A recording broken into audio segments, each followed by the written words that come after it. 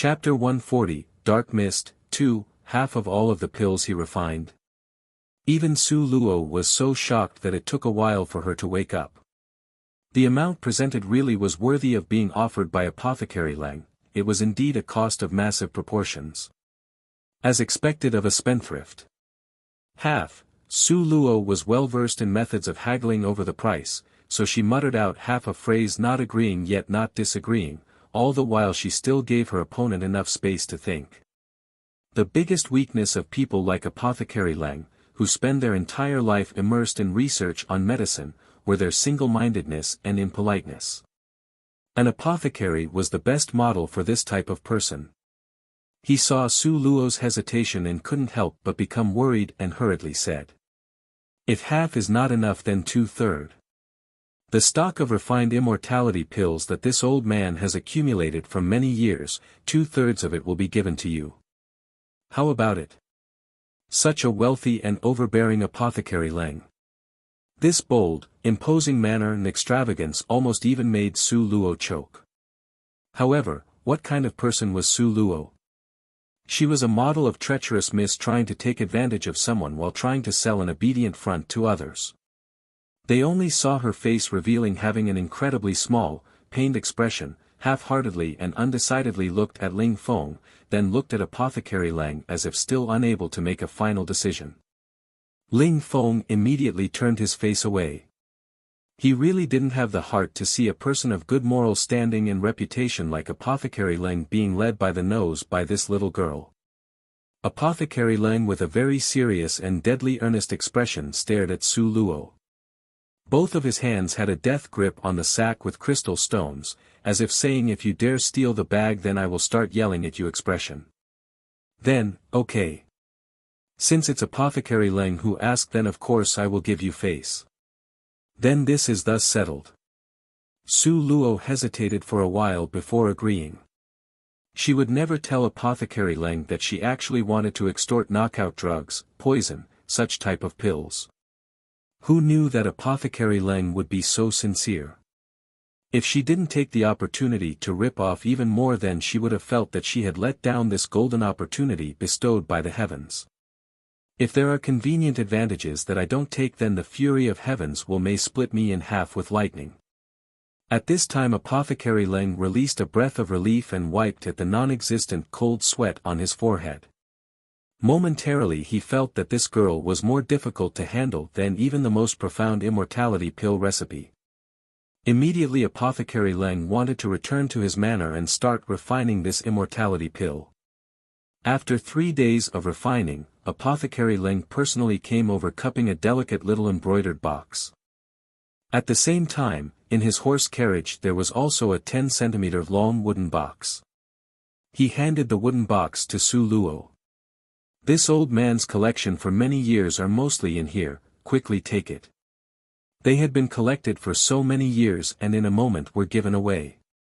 Apothecary Lang had been somewhat unable to cope with his feelings. However, his expression was very joyful. Could this old man really succeeded in becoming an elite apothecary?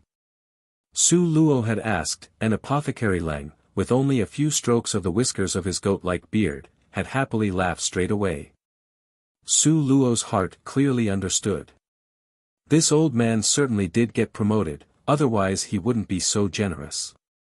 But when she see the inside of that box. This is what you called 2/3 of your stuff. So little. Su Luo was somewhat dumbfounded. How come it was so different from what she had imagined? 2/3, shouldn't it be at least a trunk of stuff? How could it be such a small case? Apothecary Lang glared at Su Luo as if looking at an idiot, blew at his beard, scowled and angrily rebuked. Such a girl, what kind of stuff do you think this old man refines? Do you think it's the 3 types of indiscriminate knockout drugs, poison, and like? Su Luo suddenly had an urge to cry. Who knew that Apothecary Lang would proudly continue to say? All the things this old man refined were unique secret recipes. Didn't you see those people kneeling in front of this old man's manor door? Even one of the pills in here could make those people scoop out their hearts and hand it to you. You girl who don't even know the good from the bad could even dare to look down on it. But what does she need those hearts for? Chapter 141, Dark Mist, 3, Her home manor was a mess with a bunch of things that needed to be settled. Dealing with so many corrupt and sinister people, she needed those indiscriminate knockout drugs, poisons, and aphrodisiacs for self-protection. If you don't want these immortality pills, then what do you want? Apothecary Leng was very confused. All the people he had come across longed for these immortality pills until they almost went insane.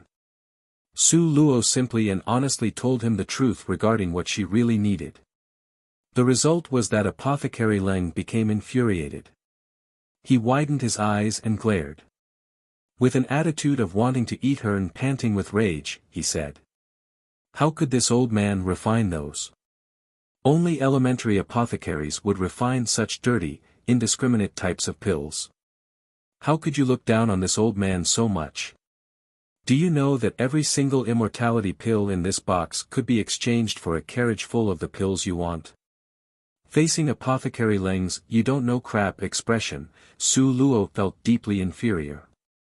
It turned out that a single immortality pill in the box could be exchanged for an entire carriage of knockout drugs. She really didn't know anything at all. Apothecary Leng snorted, tossed his sleeves, and entered the room. Su Luo found it a deserted corner and prudently placed that small box of immortality pills into her space. Apothecary Leng's products must be extraordinary goods. Before she could progress to the advanced apothecary stage, this small box of immortality pills will be very useful to her. Within the chamber, Nangong Luyun quietly laid on the bed. Even though he was unconscious, his expression was still stern and gloomy due to the pain. Both of his hands were tightly clenched into fists with blue veins bursting out as Nangong Luyen was using a lot of strength to hold on. His face emitted a bloodthirsty and murderous air. Make him swallow this bottle of medicine. Apothecary Leng said after inspecting Nangong Luyen's injuries, nodding his head towards Su Luo. Under Apothecary Leng's directions, Su Luo helped Nangong Luyen to sit up. She leaned his ice-cold and stiff body onto hers and with great difficulty fed the bottle of black medicine into his mouth. When the medicine first entered, Nangong Luyen had no particular reaction. After about an hour, the medicine started to take effect on Nangong Luyen's body. Open up his clothing. Apothecary Leng loudly instructed. Su Luo untied Nangong Luyen's purple-colored belt. His breathing had become shallow and hurried. His porcelain white as jade chest rapidly rose and fell, giving off a 100% wild and sexy appearance. This made Su Luo, who was looking on, scorching hot, and she swallowed mouthful after mouthful of saliva. Su Luo gave Apothecary Leng a puzzled look. Apothecary Leng nodded his head and said, His Highness Prince Jin's exceptionally good natural aptitude is truly worthy of praise. Even in the unconscious state, he could advance to the 7th rank based on the circulation of his meridians. He advanced to the 7th rank this way. Su Luo's pair of beautiful eyes moved around, an inconceivable shock flashed through their depths. Suddenly, Apothecary Leng bleakly said. Not good. Chapter 142, Dark Mist, 4, Su Luo looked nervously at Nangong Luyen. She only saw his originally white as jade skin had black-colored mist rising out of all his pores.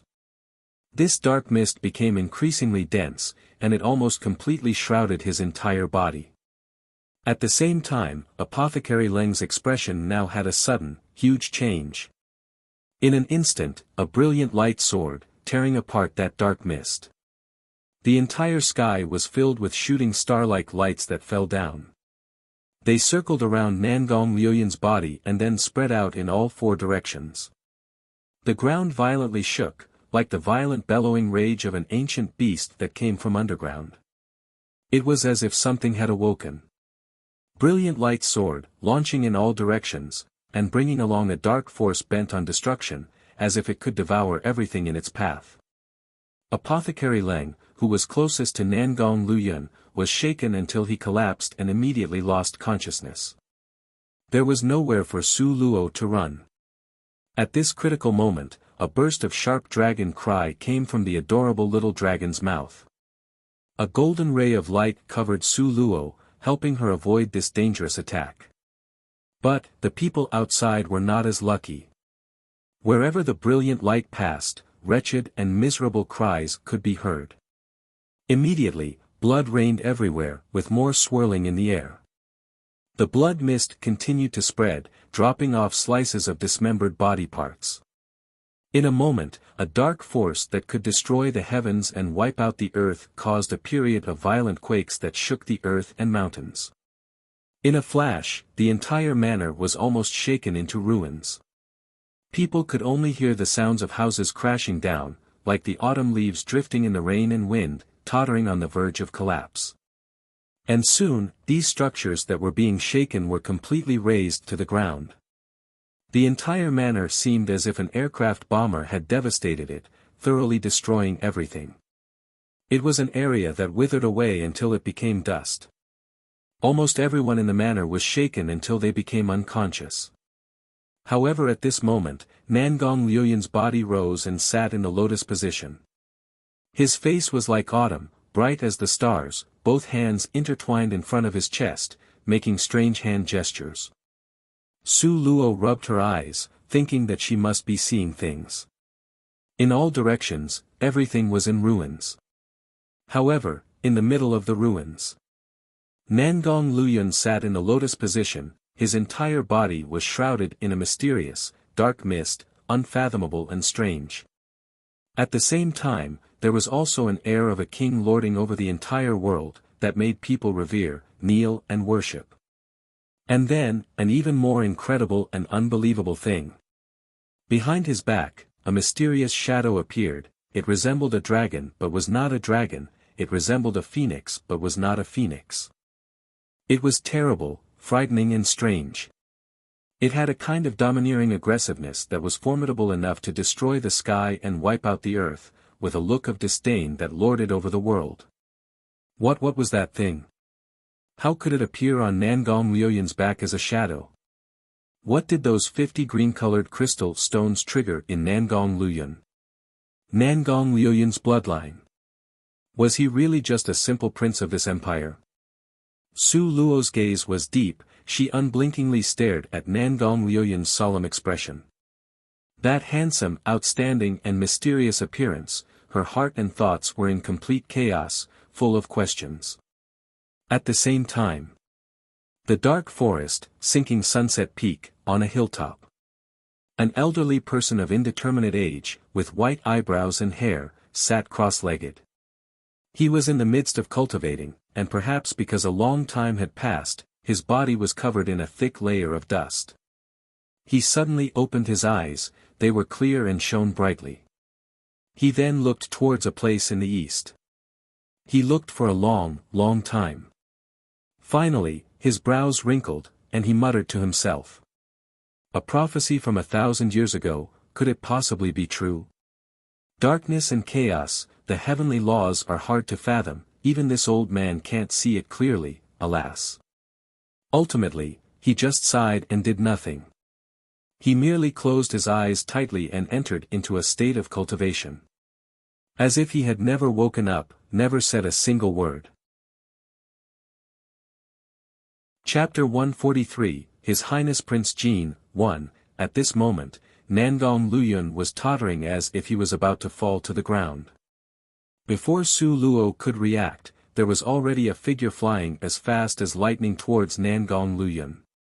He caught Nangong Luoyun's limp body that was about to fall to the ground. Your Highness! Ling Feng anxiously yelled out loud.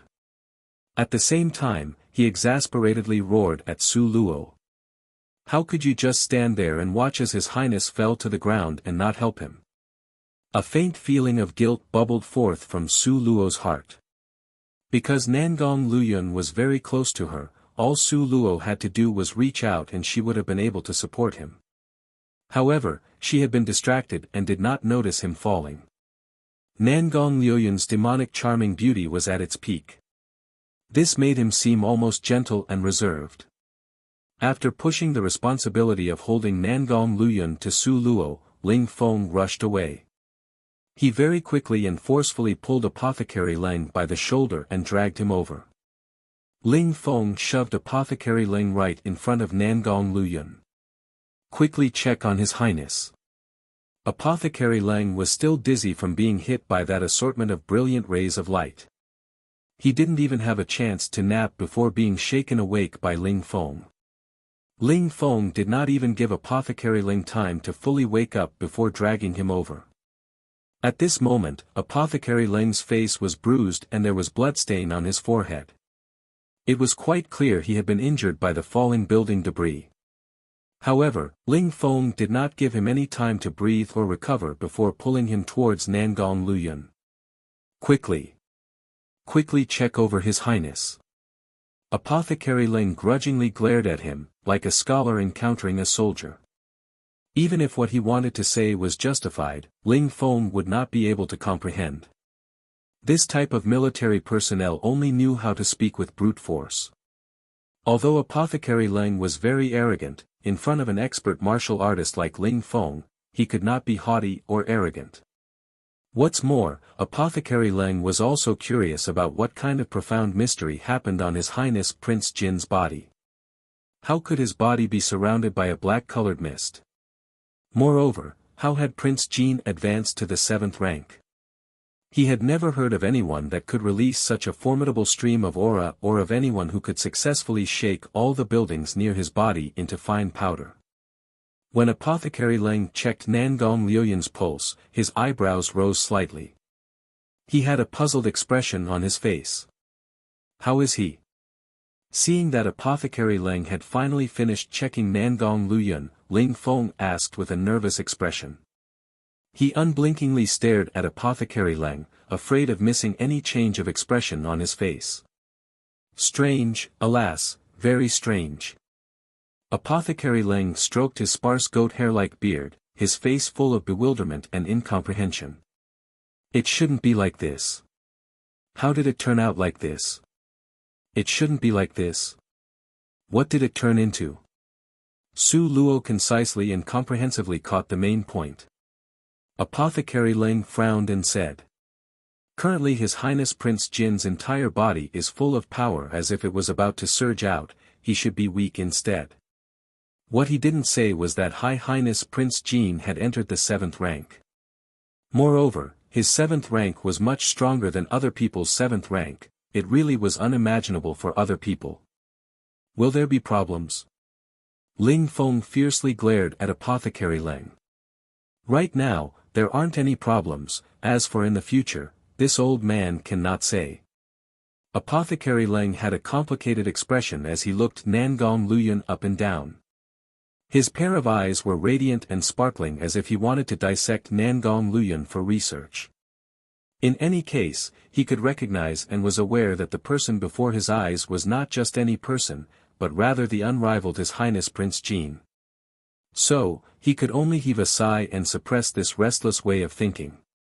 He didn't even dare to mention it. Since there were no problems at the moment, then she does not need to worry excessively. Su Luo was relieved and lifted her eyes to Ling Feng. "This situation will require you to go and personally handle it." Chapter 144, His Highness Prince Jin, 2, with such a large commotion, how could the senior provincial officer not know? He would definitely dispatch troops over at the fastest speed. Ling Feng looked at the disorderly surroundings. Mutilated corpses were wildly strewn about the place, it was indeed unsuitable for His Highness's recuperation. He nodded and said, "Indeed, considering that His Highness is still very weak at present, there's no need to meet with those outsiders." Ling Feng carefully helped Nangong Liuyun onto the dragon-scaled horse carriage, before allowing Su Luo to get on board. Then he personally drove the dragon-scaled horse carriage towards a completely different direction in a rush. His Highness Prince Jin had numerous assets. Even in this city alone, he had no less than 3 estates. After about the length of time needed to burn a stick of incense, the dragon-scaled horse stopped at the entrance of a hot spring villa. Magnificent mountain villa. Built on the hillside, its courtyard was secluded and quiet. Within the mountain villa was a lake, although very small, it was crystal clear upon viewing. Ivy was sprawled all over its shores, dense and flourishing, appearing very fresh and delightful to the eye. There were rock garden made of piled-up stones which possessed a natural charm. Beside the lake, built near the water, was a loft, actually enshrouded in dense and hazy mist. Nestled between centuries-old trees and obscured by fog, its faintly discernible appearance was fairy-tale-like. Su Luo entered, following behind Ling Feng. The strange thing was, they had encountered not even a single person along the way here. Opening the doors of that hazy loft, what appeared before Su Luo's eyes was an inner chamber as wide as a temple hall. Within the huge inner chamber, mist floated about due to the dense heat, with white ivory screen made from elephant tusk to separate the inside and outside. Walking around to behind the screen, Su Luo was inevitably surprised, secretly praising, Nangong Luyun indeed lived up to his name. Such great expenditure. Such extravagant comfort. That nearly 100 square meters bath actually was made from white jade tiles, and it could be seen at a glance that the water came from a hot spring, giving off waves of heat, tempting people to submerge and swim in it. Each of those descending steps were actually made of rare suet white jade. Not any other kind of green or yellow jade, but the really, really rare suet white jade. Su Luo secretly became speechless. In her previous world, just a small piece of suet white jade was already worth thousands of millions, yet here, Nangong Luyun had actually used it to tile the stairs and step on it. What kind of feet were his? Really, this was too extravagant. Even the sophisticated Su Luo could not help shaking her head. Ling Feng placed Nangong Luyun beside the hot spring and turned to Su Luo, looking stern before he spoke seriously. It is now up to you to care for His Highness. With that said, he coldly glared at Su Luo and turned to leave. Su Luo was just about to agree when her mind suddenly jolted. Something's not right. If it was anywhere else, it would still be fine, yet what location was this? Hot springs. A single man and woman sharing a bath, something was definitely not right. Su Luo loudly shouted at him, "Stop where you are, Ling Feng. Just where are you going?" In any case, Ling Feng should remain here, should he not? If not. Su Luo glanced at the unconscious and faintly breathing Nangong Luyun. Although his weak breaths made him seem rather harmless, somehow, she still not dared to think of sharing the same room with him. Ling Feng paused and glanced at Nangong Luyun with a complicated expression. Yet, when he turned his gaze to Su Luo, his icy tone allowed no refusal as he aggressively asked, "The fourth Miss Su, may I ask if the reason why His Highness went to Sunset Mountains, was it not for you?" Su Luo could not help but admit that it was true. Was it not for you that His Highness forcefully stopped his recovery, thus making his injury even more serious? Ling Feng spoke in a browbeat manner. Chapter 145, His Highness Prince Jin, 3. Su Luo was unable to refute this. Clearly it was a fact. His Highness' original injury was under control and would have remained so. Wasn't it you who punched him until he spat out blood? Ling Feng step by step closed in on Su Luo, as if itching to swallow her. The veins on Su Luo's forehead was throbbing. It was in fact this way, however. Just now when His Highness was about to fall, the person closest to his side was you, the fourth Miss Su. Wasn't it you, who didn't even try to help His Highness a little? Ling Feng aggressively stated. Su Luo's heart was about to yell out she had been wronged, but she choked it down. It was not because she didn't want to help, but she was distracted by the shadow behind Nangong Luyun's back, okay? How come after listening to Ling Feng's complaints, even she herself felt that she was loathsome and deserved to be thrown into the 18 layers of hell? Why had Nangong Luyun become the model for the lofty figure of heroism who had sacrificed himself for others, huh? Just when Su Luo appeared to be twisted up in confusion, Ling Feng had a sympathetic gaze as he glanced at her. He also silently looked at his master, His Highness, who was pretending to appear weak and harmless. The corner of his mouth moved silently and calmly turned around to leave. He also very kindly closed the thick black iron door while passing. Hey, seeing the black iron door was about to close, Su Luo suddenly felt like crying but lacked the tears. This is just great, such a huge palace, with curtains flying, gorgeous, extravagant white jade, hot spring bath the size of a pond. The water from the pond-size bath shone clear and crystalline, such that you could see the bottom. A dense, hot steam floated vaguely around as if extending everywhere within the air. Su Luo hesitantly stood in her original spot, unable to turn around yet. All of a sudden, Su Luo heard a heavy-weighted object falling into the water. She immediately turned around and could not find Nangong Luyun's figure. She only saw the surface of the hot spring water continuously bursting with bubbles while the water ripples reflected the sunlight. It couldn't be. Su Luo hastily rushed to the place where Nangong Luyun was located. The pool of water was crystal clear, so Su Luo immediately saw the apparently sleeping Nangong Luyun sinking to the bottom. Had he rolled into the hot spring water? Su Luo didn't even think. She stripped off her outerwear and gracefully dove into the beautiful hot spring water, striving to swim to where Nangong Luyun was. Very quickly she found him. Su Luo wanted to drag Nangong Luyun out of the water. When did Nangong Luyun become so heavy? Su Luo inwardly grumbled bitterly in her heart. She sank underwater while trying to tow Nangong Luyun, but unfortunately she discovered that now his weight exceeded 500 kilograms. No matter how she exerted her strength she could not move him the slightest. Furthermore, making her heart even more alarmed was that he held his breath underwater until his complexion turned purplish, as if any moment he would suffocate it to death. This man, he was fine, but how did he just roll into here? Su Luo gave a depressed sigh in her heart. Today, how come so many strange things have happened? First was the weird shadow that appeared behind Nangong Luyun, next, such a fine manner was destroyed, successfully becoming pieces of trash. Finally, his body suddenly seemed to weigh 500 kilograms. It really was a strange day.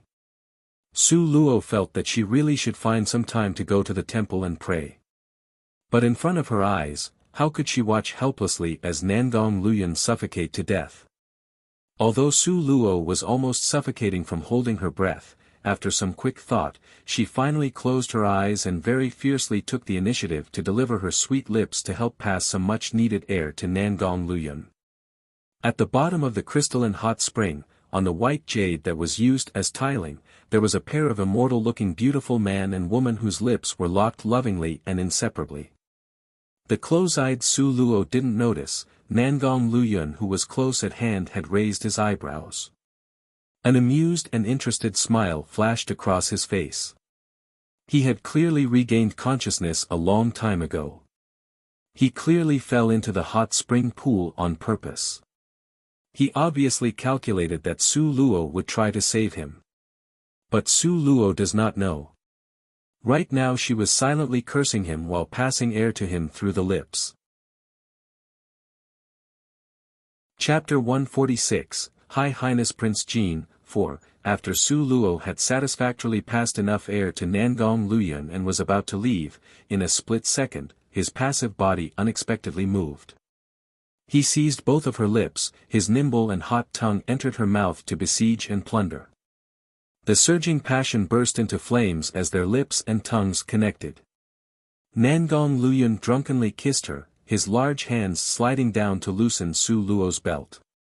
He caressed her skin that was smooth as silk and white as snow. Both of Su Luo's lips were plump, enticing him to intensely suck on them even more. Her body had become weak and boneless, completely lacking any strength to resist. Suddenly, Su Luo felt something was not quite right and immediately regained her senses. Nangong Luyun. He was actually not unconscious. It was only now that Su Luo realized she had been played by this man. She had been so concerned about him that in order to save his life, she had taken the initiative to give him air to breathe. However, he had actually used her concern to deceive her. Really, her efforts had been eaten by a dog. Good intentions had not received good compensation, it was like a dog biting the hand that fed it.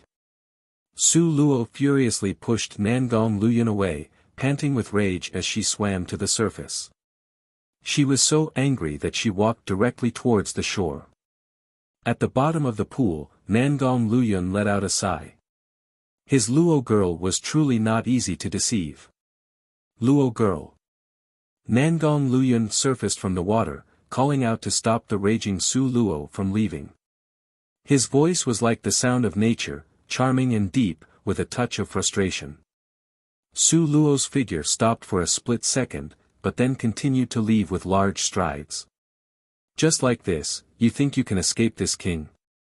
Nangong Luoyun's voice had a touch of self-mockery and sorrow at being abandoned. Su Luo's figure stopped, giving him only a view of her indifferent back. Nangong Luoyun had obviously played a trick on her. Why was he making it seem as if she was the loathsome and unpardonable party? Be good, come here. Seeing her pause, Nangong Luoyun's mood improved. He shallowly smiled and beckoned to her with his hand. However, Su Luo merely gave a cold hump while still stubbornly presenting her back to him. Nangong Luoyun saw that he was failing to convince Su Luo to return, so he changed his tone of voice. Nangong Luoyun's voice became demonically charming and deep with sadness as he dejectedly said. This king felt that he had slept for quite a while. I thought that I will never wake up again. I also thought that I would never see Luo girl again. Don't you want to see this king's appearance after successfully waking up? His tone was miserable and wretched, like a little puppy that had been discarded by his owner begging for a trace of pity from his master. Su Luo was immediately infuriated to the point that she wanted to laugh. Please. You are the legendary His Highness Prince Jin who looked disdainfully down at the world, okay?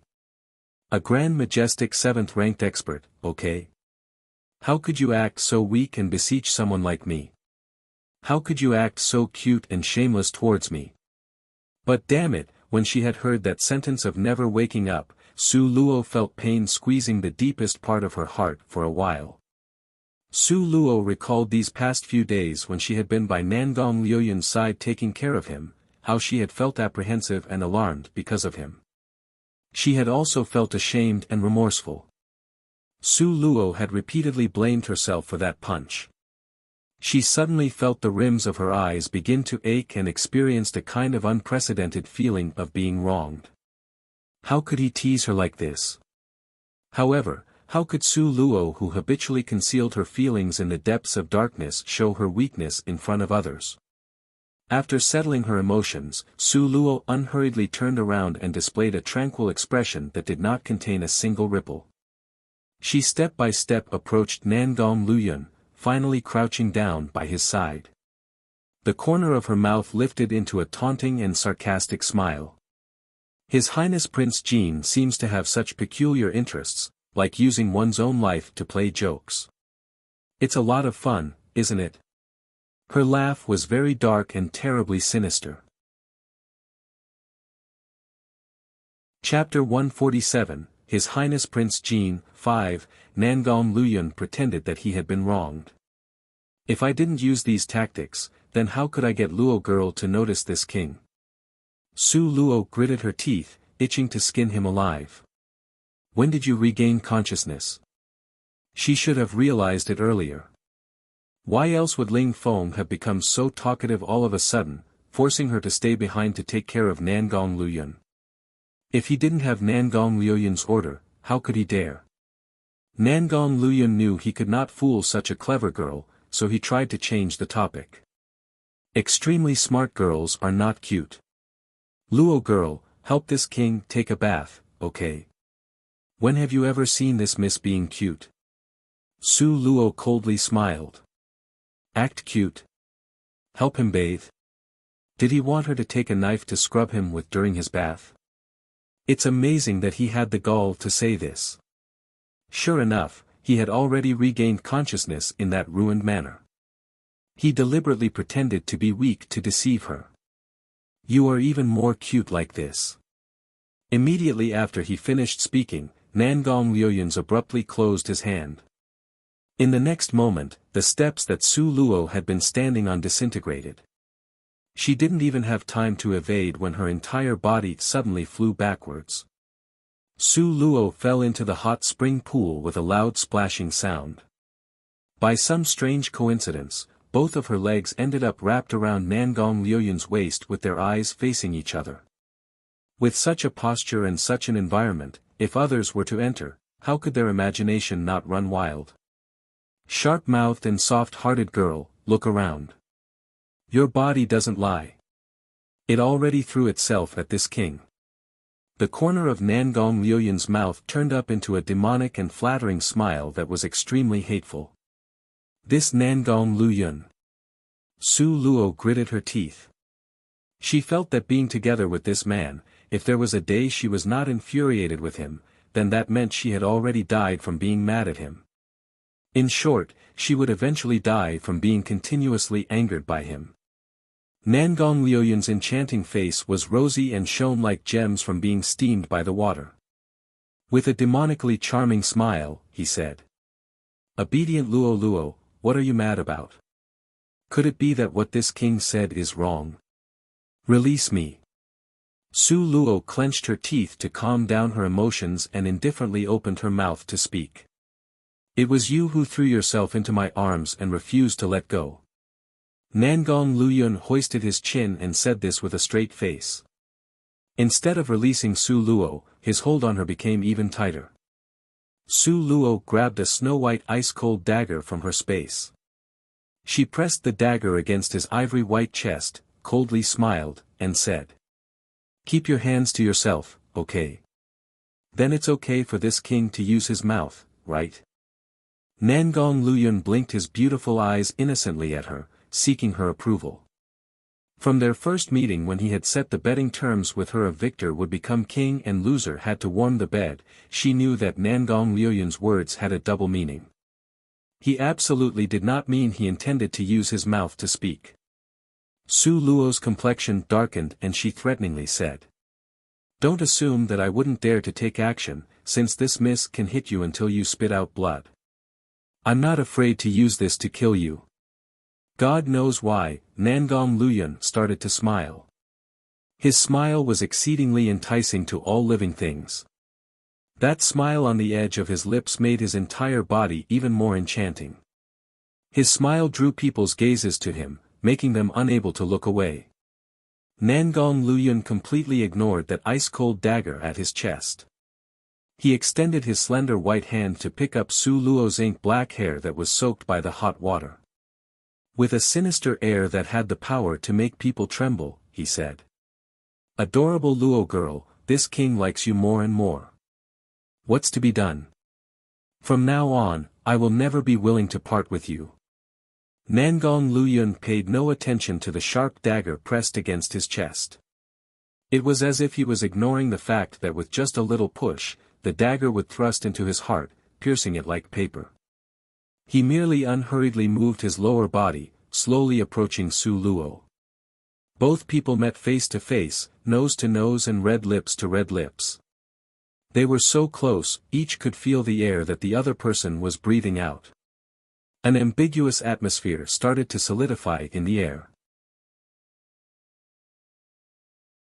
Chapter 148, His Highness Prince Jin, 6, Release Me. A thread of helplessness flashed across Su Luo's heart. Damn it! How could she have forgotten? This man was ruthless towards others but even more toward himself. Before, when he forced her to use a dagger to pierce himself, it should have been sufficient to illustrate this point. So hateful, she had actually forgotten and she dared to hold a dagger to threaten him again. Damn it! The corner of Nangong Liuyuan's mouth was still lifted into a careless smile. He lowered his head, his distance to Su Luo was decreasing, getting closer and closer. Seeing her vexed expression, he gave a knowing, demonically charming smile. Then once more he seized her breath. Damn it, this guy should just go and die. Right now Su Luo had provided a cage to entrap someone else, but instead she maneuvered around so much while leading the prey, that she had ended up trapping herself inside. Could she be so ruthless as to stab him? Clearly she couldn't do it. It had been very difficult for her to save him, so how could she once again injure him? Therefore the dagger in her hand quietly fell to the floor. Nangong Luyun released her. He laughed wantonly with a demonic charm. Out of the corner of his eyes, he saw that dagger sink underwater. When it hit the ground, Nangong Luyun's mood seemed to have become extremely good. His entire person seemed to be radiating with health and vigor as if he had obtained his life's greatest desire. It was so great that the atmosphere around him also brightened. He found that he had discovered Su Luo's weakness. His Luo girl was truly cute, really cute. Just at this time, all of a sudden a ruthless, cold expression flashed through Nangong Luyun's eyes. What Su Luo did not know was right now, outside on top of that 1,000-year-old ancient tree, a sharp feathered arrow was being aimed at her vital point. This was a master whose entire body was shrouded in black cloth, with not even a strand of hair exposed. He was hidden in the tree branches, concealing his figure among the lush leaves, motionless, like a hidden snake waiting for the right time to spray out its poison to kill a person. Suddenly his hand loosened, and the feathered arrow split the sky, bursting out as it was murderously launched towards Su Luo. This arrow, due to it being blocked by the window, had gone completely undetected by Su Luo. Even if she became aware of it, she still couldn't have avoided it with her level of skill. This was because the person who launched the arrow had high martial arts skills, absolutely above the 6th rank, completely not someone Su Luo could stop. Due to Su Luo's instinct that guard against danger, her body slightly trembled. She instinctively wanted to dodge. Just at this moment, Nangong Luyun lowered his head and once again seized her red lips. He wrapped her entire body within his embrace. He protected her by wrapping her so tightly that they were joined seamlessly. Just then, that bright silvery arrow broke through the window and entered, carrying with it the sound of thunder, 5,000 kilograms of force, and a murderous air. If Nangong Luyun hadn't advanced to the 7th rank, then he would either have had to use his body to block this arrow or let Su Luo die. These would have been the only two possible choices. The enemy was forcing Nangong Luyun to either choose to save his own life or save the woman who was a good-for-nothing. It was clearly obvious that the enemy figured that Nangong Luyun loved himself and his own life the most. It was also evident that the other party wanted Su Luo to look on helplessly and clearly see how cruel Nangong Luyun will treat her by letting her die. The person who launched the arrow had calculated all these details, included all the possible circumstances into this plan. Now the black-masked person's gloomy and cold expression had a cruel smirk, as if victory was in sight. However, the reality made him frown. Because he would never have anticipated that in such a short time that even with Nangong Luyun's serious internal injuries, he would advance to the 7th rank. Could only see Nangong Luyun cause the pool of water to stir up like a geyser, the white-colored water changed into a dragon in midair, silently roaring and swallowed that arrow. Swift like the wind, quick like lightning. Moreover, when Nangong Luyun counterattacked, he was unruffled as before, still kissing Su Luo. His figure was as steady as a boulder, with not a bit of tremor. Chapter 149, Secrets Revealed. 1. Therefore, even as murderous intent surrounded them and under circumstances where a moment of carelessness could prove fatal, Su Luo was completely protected within Nangong Luyun's embrace. Confused from the lack of air and with her vision blocked, Su Luo was completely unaware of the truth despite sensing that something was not quite right. It was only after the battle had settled that Nangong Luyun unhurriedly released her. Seeing Su Luo repeatedly inhaling large mouthfuls of air, he smiled with demonic charm. "Do you like this king kissing you?" Su Luo was infuriated to the point that she was speechless. In the end, she just glared at him and picked up her dagger to leave. However, all of a sudden, her figure stood still. When did such a large amount of fine powder accumulate in the hot spring pool? Moreover, it looked like the powder was actually black iron. Additionally, its original shape could be vaguely seen to resemble that of an arrow. Su Luo's line of sight shot towards the window. A finger-sized hole could be seen there. Its notch was smooth and round, not too big or small and just the right size for an arrow to enter. Su Luo rolled her eyes and fixed them decidedly on Nangong Luyun. She stared at him coldly and solemnly, yet she did not speak a single word. Nangong Luyun stood up from the hot spring pool, completely exposing his slender and youthful body before Su Luo. Conspicuously messy long hair as pitch black as ink draped over his broad shoulders, dripping rivulets of water droplets. Crimson cornelian cherries decorated that refined white porcelain-like chest. Broad shoulders, narrow buttocks and a pair of straight and slender legs drew a perfect outline, tempting others to sin. He was so captivating that it was almost criminal. His unique and incomparable face bore an enticing smile that could only have been made by heaven and beautiful profoundly mysterious eyes as pitch black as an abyss. When these orbs gazed into Su Luo's eyes, they were filled with intense tenderness that was hard to describe. It was completely intoxicating. He caressed her white and porcelain-like face and with a charmingly deep voice and demonic smile carrying a touch of playfulness, he said. "Are you satisfied with this king's body?" He had changed the subject. The corner of Su Luo's mouth perked up into a shallow smile of distinct meaning and lightly pushed away his hands. "What does it have to do with me?" Nangong Luyun's expression sunk and became slightly dark. His eyes carried a hint of cold-blooded cruelty.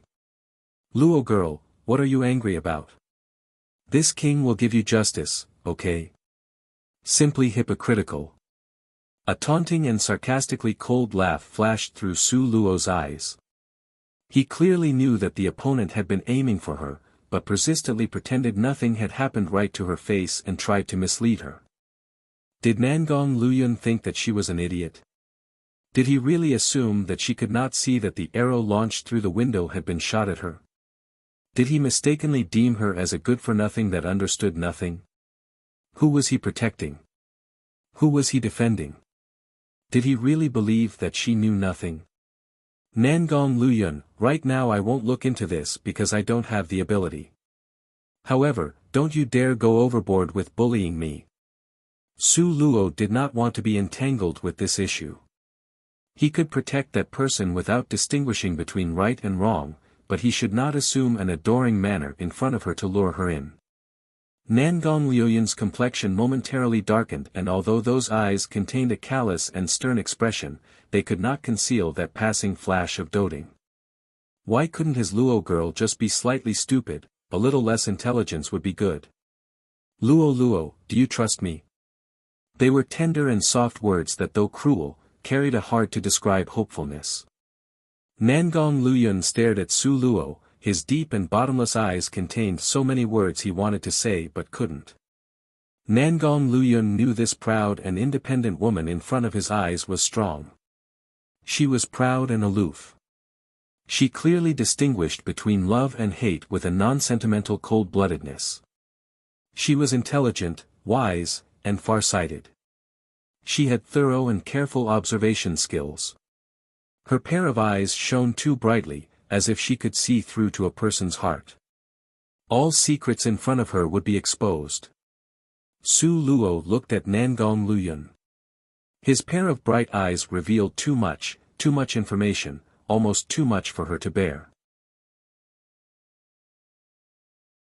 Chapter 150, Secrets Revealed, 2. He treated the Jade Lake Fairy with such an indulgent, doting manner. Did he truly love her or was there a hidden reason? Everybody had a right to their own secrets. He did not explain and she did not ask. Hidden in Su Luo's eyes was a flash of pride. You want me to believe you? Keep working hard. This lady's trust, how could it be given to just anybody? Hearing that, Nangong Luyun was surprised momentarily. An instant later, he gave a hearty laugh and looked extremely pleased. Good, good. This king will continue working hard, you just wait and see. After the incident that had previously occurred, his Luo girl did not flatly refuse him. She had given him some leeway. This was excellent, it was very good. After Nangong Luyun and Su Luo had stayed at the hot springs for 10 days, they headed towards the capital. The capital. Due to being delayed by the incident with Nangong Luyun, Su Luo still had not returned home. However, Lu Ruohua had already arrived back at the capital. Lu Ruohua's team had been completely annihilated and she had also lost an arm. This made Lu Qingxiang particularly angry. Lu Ruohua told her father everything. After she mentioned what had happened with His Highness Prince Jin, Lu Qingxiang's face turned ugly. His eyes flickered and were unsettled. Finally, with a pale face, he commanded, His Highness Prince Jin is cunning and unfathomable. If he takes action to help, it's out of friendship. When he doesn't take action, then that's to be expected as that is his normal behavior. Even if you bring the issue right in front of His Highness's face, it would still get the same response. Forget it, go back and sequester yourself at home. From now on, be good and stay at home. Don't go out and cause trouble. When Lu Changxiang's eyes landed on Lu Ruohua's cut-off arm, his eyes flashed with a cold, cruel look. Losing that arm, how could she still marry into the royal family? This daughter has already been abandoned by him. In the manner, Lu Ruohua, who had lost all future prospects, began a life of being bullied by her sisters. Living through such days was driving her mad. Her originally troublesome heart grew angrier by the day. When Lu Ruohua remembered that the person beside His Highness Prince Jin was Su Luo, it made her missing limb ache with jealousy. Su Luo, if I can't enjoy good days anymore, you had better not dare to think about living well. If I'm going to hell, I'll drag everybody along with me. That same day, Lu Ruohua made an appointment with Su Shi. She thought to inform Su Shi about Su Luo and His Highness Prince Jin's relationship. However, Su Shi had been sent away by her school to learn through experience. Therefore, it was Su Wan, the third miss from Su family, that arrived at the restaurant. Lu Ruohua did not beat around the bush and got straight to the point. Su Wan, has your family's Su Luo returned home yet? Su Wan felt this was a strange question. Su Luo clearly was grounded at home and not allowed to set foot outside. How could she return when she had never left? Just mentioning Su Luo, Su Wan wanted to grind her teeth. Last time, it was clearly Su Luo who injured her. In the end, her own father did not take her side. He had even grounded her along with Su Luo. If not for her past few days of good behavior, it would be hard to say whether or not she would have been grounded for the entire 3 months. Su Wan only coldly smiled. Miss Lu, your words are laughable. My family's fourth little sister behaved improperly and was grounded as punishment by our father. Unless 3 to 5 months have passed, it would be impossible for her to leave home. Where could she have come back from? Lu Ruohua heard what was said and immediately became stumped. She stared blankly at Su Wan. Suddenly, Lu Ruohua's eyes glistened radiantly. She excitedly grabbed Su Wan's hands, then urgently and loudly asked. Is what you have said the truth? Su Luo really was grounded by the great General Su. Lu Ruohua, with her entire body trembling continuously, had stood up in excitement. When Su Wan saw this, she felt that this situation was exceedingly strange, so for a period of time could not reply. Lu Ruohua was so anxious that she had started to stamp her feet. Reply quickly. Was Su Luo really grounded by the great General Su? Is this true? Chapter 151, Secrets Revealed, 3, Naturally, it's true. Moreover, it's already been this way for about a month. Su Wan frowned and looked at Lu Ruohua with a baffled expression. She then glanced at Lu Ruohua's cut-off wrist. A look of disgust and contempt flashed through Su Wan's eyes. However, Lu Ruohua suddenly started to laugh uproariously. She laughed so hard that her eyes teared up and was so excited that she continuously banged on the table. Could this person have gone insane? Su Wan watched Lu Ruohua's crazy appearance with disdain and secretly complained. Lu Ruohua normally gave off a noble, graceful, and very respectable appearance. However, at this meeting, why was there such a huge change in her comportment? It was as if she had fallen from high above the clouds into a pile of mud. Su Luo, you will definitely die. You will definitely die. Lu Ruohua was in the middle of a bout of insanity. She was so hysterical that she started to cry. Su Wan's expression changed. She also wanted Su Luo to quickly encounter some bad luck. If Lu Ruohua could eliminate Su Luo, then Su Wan naturally would endorse her actions with both hands. Therefore, Su Wan asked. What happened? You should start talking. A malicious light radiated from Lu Ruohua's eyes. She stared fixedly at Su Wan and word by word said. Su Luo was never locked away at your manor to ponder over her mistakes. She went to the Sunset Mountain Range. Not possible. Without even stopping to think, Su Wan vetoed Lu Ruohua's statement by saying, Su Luo is a natural-born good-for-nothing. How could she possibly go to the Sunset Mountain Range? You must have mistaken her for someone else. It's true. That person really was Su Luo. I absolutely was not mistaken. Lu Ruohua was so excited that her hands started to wave around. She malevolently glared at Su Wan. She went there together with His Highness Prince Jin, this I am certain of. Impossible. She doesn't even know High Highness Prince Jin, how could she go there with him? Moreover, what kind of person is His Highness Prince Jin? How could he be together with Su Luo? You are talking about two completely different stations, like comparing a celestial immortal from the heavens with a pile of mud on earth. What kind of evil intentions do you harbor? This is simply too absurd. Su Wan completely forgot about her ladylike image and also started to bang on the table as she loudly rejected everything. I know that it's hard for you to believe, but facts are facts. Su Luo went to the Sunset Mountain Range with His Highness Prince Jin. Also, hey. Do you think she really is a good-for-nothing? Lu Ruohua smiled sinisterly, full of maliciousness.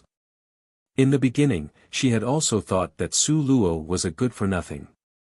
However, when Lu Ruohua and her companions attempted to kill Su Luo to silence her, she had run away faster than a rabbit during the chase. If even Lu Weiming couldn't catch Su Luo, how could she possibly be a good-for-nothing? That loathsome girl was a tiger pretending to be a pig. She had fooled everyone. But, this matter was related to His Highness Prince Jin and was also connected to the Jade Lakes Ferry. Therefore, Lu Ruohua knew where to draw the line and did not let out any irresponsible remarks. Su Wan clenched her fist and anxiously walked around the room in circles. After a long while, she stopped. She firmly looked at Lu Ruohua. You are certain that the person you saw in the Sunset Mountain Range was Su Luo?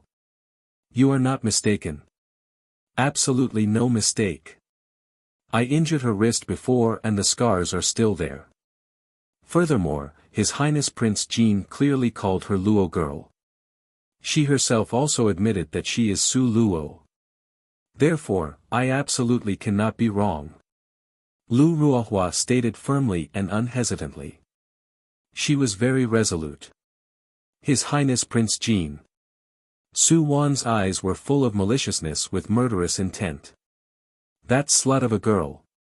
Even though Su Luo had her engagement broken off, she had still managed to catch the Crown Prince's attention. Now, she had transferred her attention to having a relationship with His Highness Prince Jin. Good, very good. It was clear that Su Wan needed to give Su Luo a generous gift.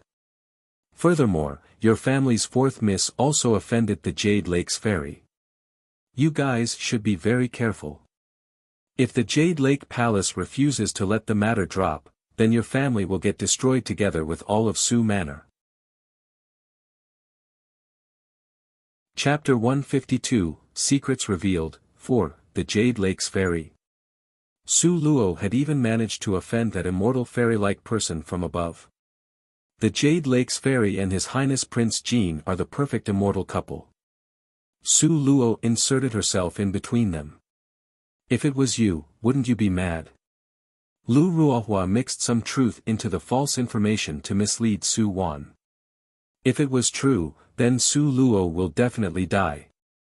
That Jade Lake Palace had an existence as high as the imperial family, yet she dared to offend them. Very good, I'm extremely grateful that you gave me this information. If any actions were taken, I will personally inform you. Su Wan lifted up her skirt and hurriedly left. If the information was accurate, this time, she will definitely get father to kick Su Luo out of the family.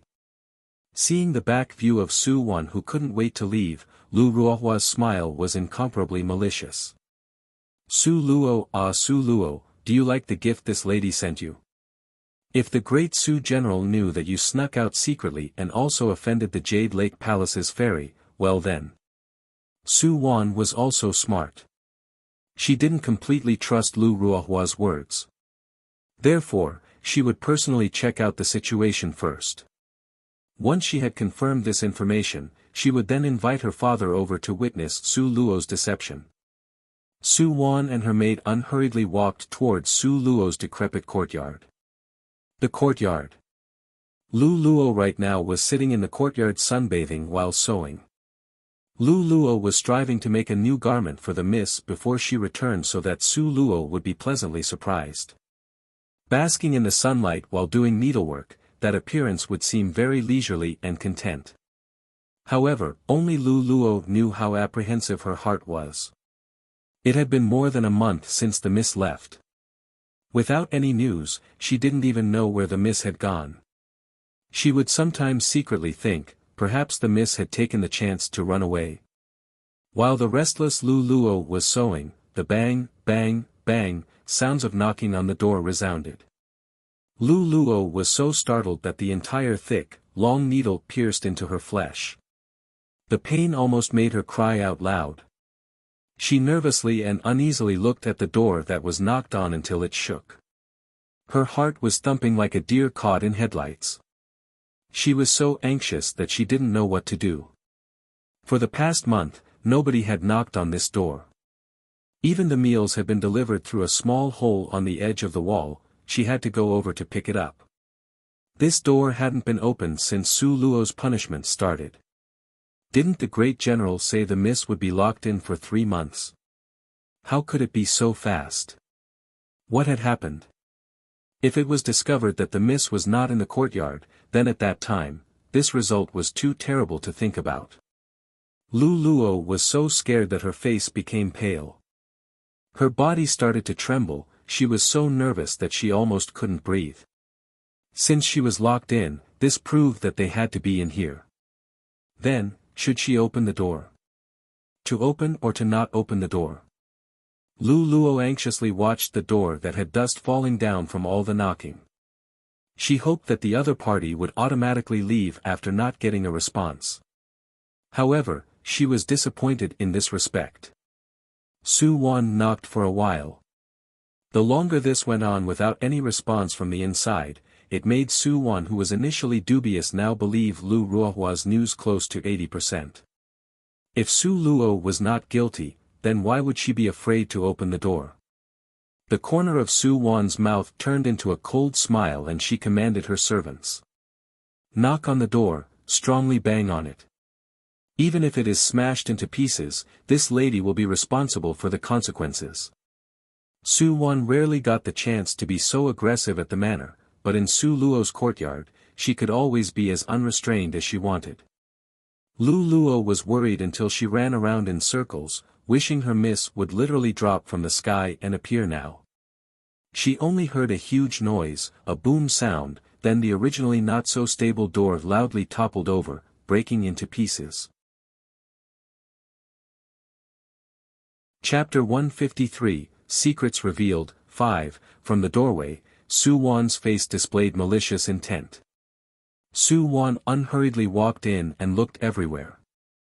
She could not find Su Luo's figure, so her already 80% certainty went up to 100%. In regards to Su Luo's recent temperament, she would not be very easy to bully. However, her door had been smashed to pieces yet she still hadn't come out. The only possibility left was that she really was not here. Su Wan leisurely took the measure of the insistently trembling Lu Luo. With a smile that was not a smile she asked. Lu Luo girl, what are you afraid of? Does this miss look that frightening? No, no. The third miss looks as beautiful as a flower, rarer than any under the heavens. You absolutely are a beauty among the beautiful people. Lu Luo earnestly praised while her heart secretly complained. What was up with the third miss? Why hadn't she left yet? Su Wan was all smiles as she looked at Lu Luo. She coldly smirked and said. Since it's like this, how come you can't even look at this lady?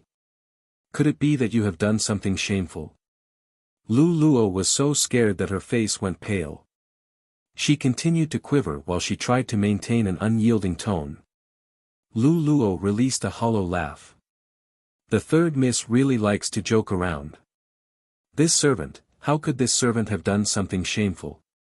No way, I absolutely have not. Lu Luo clearly was not adept at lying.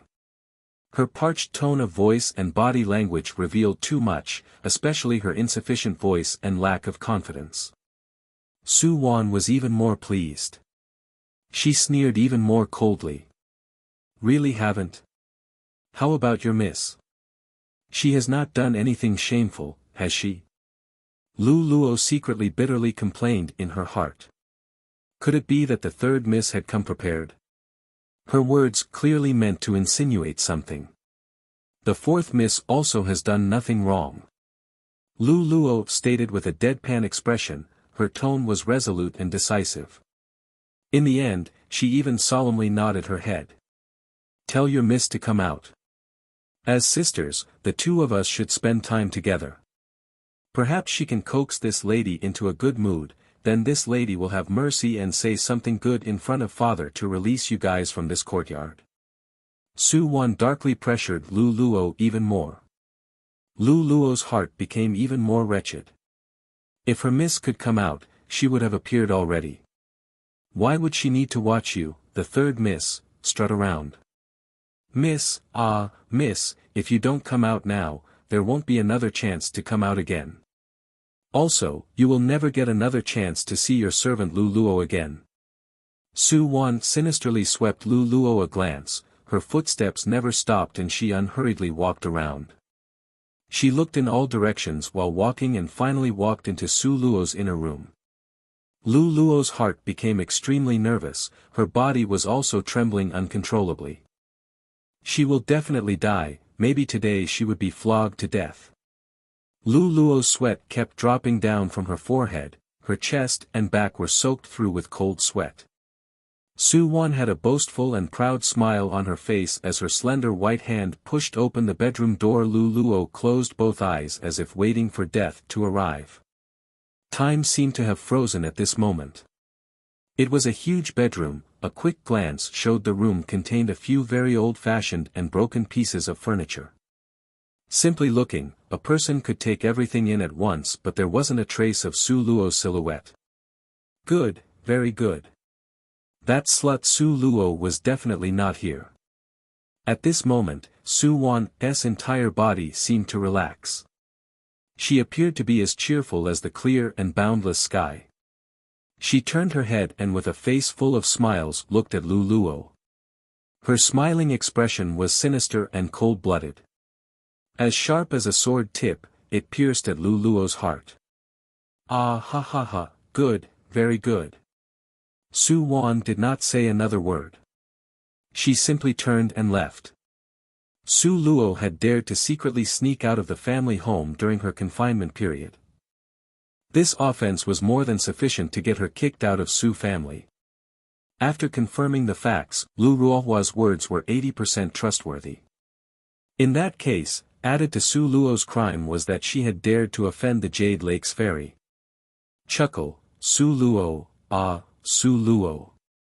After you return, you'll have to suffer and just wait for father to tie you up and bring you to the Jade Lake Palace to apologize for your crimes. Chapter 154, Secrets Revealed, 6, Honorable Father. Fourth little sister has disappeared. I have also heard that she has brought shame to our family while outside. We have been unaware of her actions. Su Wan had run enthusiastically towards the great General Su's study. She covered up the excitement in her eyes and as much as possible tried to employ a tranquil tone. The writing brush in the great General Su's hand stopped. He raised his eyes. His sharp eyes like lightning struck Su Wan and with a strict tone he said. What rubbish are you spouting? Honorable Father, what I have said is the truth. That slut Su Luo, Honorable Father, you think that my fourth little sister is still locked in her courtyard as punishment. However, she had already left home a while ago. I have heard rumors from outside that she had even gone so far as to offend the Jade Lake's fairy. In order to lure Su Zian to personally check on Su Luo, Su Wan without any qualms dropped the bomb regarding the matter of the Jade Lake's fairy. Su Zian's expression changed. Of course he knew of the Jade Lake's fairy's background. He understood more than anyone else the influential force behind the Jade Lake's fairy. Su Luo had actually offended the Jade Lake's fairy. Where had this rumor come from? However, even if it was baseless there could still be a reason. If nothing had happened, then why would others spread such a rumor? Su Zian tossed aside the brush and stood up. Is what you have said true? In regards to this matter, even though he had doubts, he had already halfway believed it to be true. Naturally, it's the truth. Honorable Father, when this daughter heard the news, I initially also did not believe it. However, in order to secure the safety and reputation of this family, this daughter had gone to fourth younger sister's courtyard. This daughter swears that fourth younger sister was really not there. Su Wan wanted to immediately make this vow. If Su Wan managed to persuade Su Zian to go look, this will force him to personally witness that Su Luo was not there. Then, at that time, even if Su Luo had not offended the Jade Lake's fairy, the crime of escaping her punishment would already have been placed on her body. Su Zian's calm manner changed slightly. He thought about it and solemnly said, since it's already this way, then let's go take a look. Because this may involve the Jade Lake Palace, Su Zian's heart was also somewhat worried. The Jade Lake Palace in this empire existed as a superpower simply due to their ancestral elder. This ancestral elder who had been in closed-door cultivation for many years was a 10th-ranked expert. You could count the number of 10th-ranked experts in the entire world on one hand. It was said that he was Eastern Ling Empire's stabilizing divine needle. With him present, there was no way to wipe out the Eastern Ling Empire. With such a status, who wouldn't fear and revere the Jade Lake Palace? Under such conditions, who would dare to offend the Jade Lake Palace? Who would dare to offend the Jade Lake Palace's favorite child, the Jade Lake's fairy? Wouldn't it be like courting death? If Su Luo really had dared to offend the Jade Lake's fairy, then Su Zian's first action would be to tie up Su Luo and personally escort her to the Jade Lake Palace. He would present her to the other party, allowing the Jade Lake Palace to handle the punishment. No only would he not feel sad, he would even applaud and praise the punishment. Su Zian quickly trotted toward Su Luo's courtyard. Following behind him, Su Wan's heart jumped with excitement. Such enthusiasm in her eyes could not be covered up. Father, let's go in. Fourth younger sister really is not in there. When she saw Su Zian indeterminately standing outside the door, Su Wan tried to persuade him with these words. Ah! Su Zian lifted up his robe. His footstep was steady as he entered the courtyard without any announcement. His expression was solemn, respectable, coldly strict, and contained an unknown gloominess. Lu Luo nervously came out to welcome them. When she saw Su Zian, she hurriedly kneeled down to pay her respects to the great General Su. Su Zian threw a quick, cold glance at the kneeling Lu Luo. With both hands behind his back, he had an arrogant appearance. "Where is the fourth miss? Is she still in the room?" Lu Luo trembled with fear but did not dare to raise her head. Her voice was thin and feeble like a mosquito. "Present, present.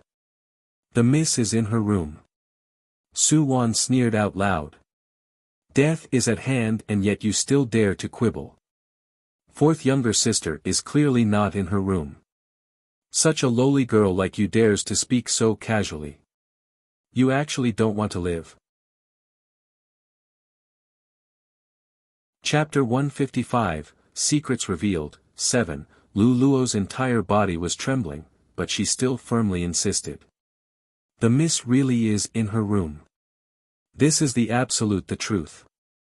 The miss these days never steps foot outside of the door. She had been copying the sacred scriptures inside her room as blessing prayers for Lord Su. How could the third miss slander the fourth miss in such a manner?" Sneer, Su Wan let out a sneer. She could not be bothered to waste her breath with this girl's nonsense. "Honorable father, whether the fourth younger sister is present or not. Why should we believe the words of a servant girl? This is what is called don't believe what people tell you until you see it for yourself. If we go in and have a look, then wouldn't the whole truth be revealed?" While speaking, Su Wan pushed open Su Luo's bedroom door. At this time, Lu Luo lifted her eyes. She had a having been wronged expression, crying with a tone of complaining. "The third miss, it is reasonable to say that this servant cannot say anything against you. However, this servant is still so bold as to ask this sentence on behalf of the fourth Mississippi. The third miss, do you harbor any ill intentions? What did you, a loathsome servant girl, say? Dare so far as to say this to a master of the house? Don't want to live, right?" Su Wan thought this was inconceivable. The always cowering Lu Luo dared to oppose her in front of her face as if she was striking the drums and calling for a challenge. "The third miss, just a while ago, you broke and entered, destroying the door to this courtyard. Now you also brought Lord Su here full of rage. What is your plan? What kind of offense did the fourth miss commit against you that you would treat her like this?" Lu Luo's red-rimmed eyes had teardrops rolling out. "You, a mere servant girl, dares to speak such nonsense." With victory in her grasp, she was being delayed by this servant girl's excuses. Su Wan's eyes were like sharp swords that pierced toward Lu Luo. She made a firm decision. Once she had taken care of Su Luo, afterwards she would definitely not let this servant girl live. Haha, could it be that this servant girl actually thought by stalling for time Su Luo would actually come back? Dream on. The third miss, the fourth miss is already so pitiful. Why would you maliciously slander her? How would such unwanted slander benefit you? Please let go of the fourth miss, all right? Lu Luo raised her eyes full of tears but firmly and determinedly stared at Su Wan. As expected. The servant girl taught by the fourth younger sister is also rude, vulgar and unreasonable. If it was in the past, Su Wan naturally would order people to beat Lu Luo to death with a wooden stick. However, because Su Zian was present, she could not reveal her wicked nature. Therefore she only sneered. Saying this, lady maliciously slandered her master. "Ha, ha, Lu Luo servant girl.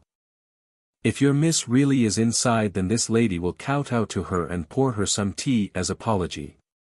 Barely finished speaking, her hand already touched the door to the inner bedroom. The door was heavily pushed open.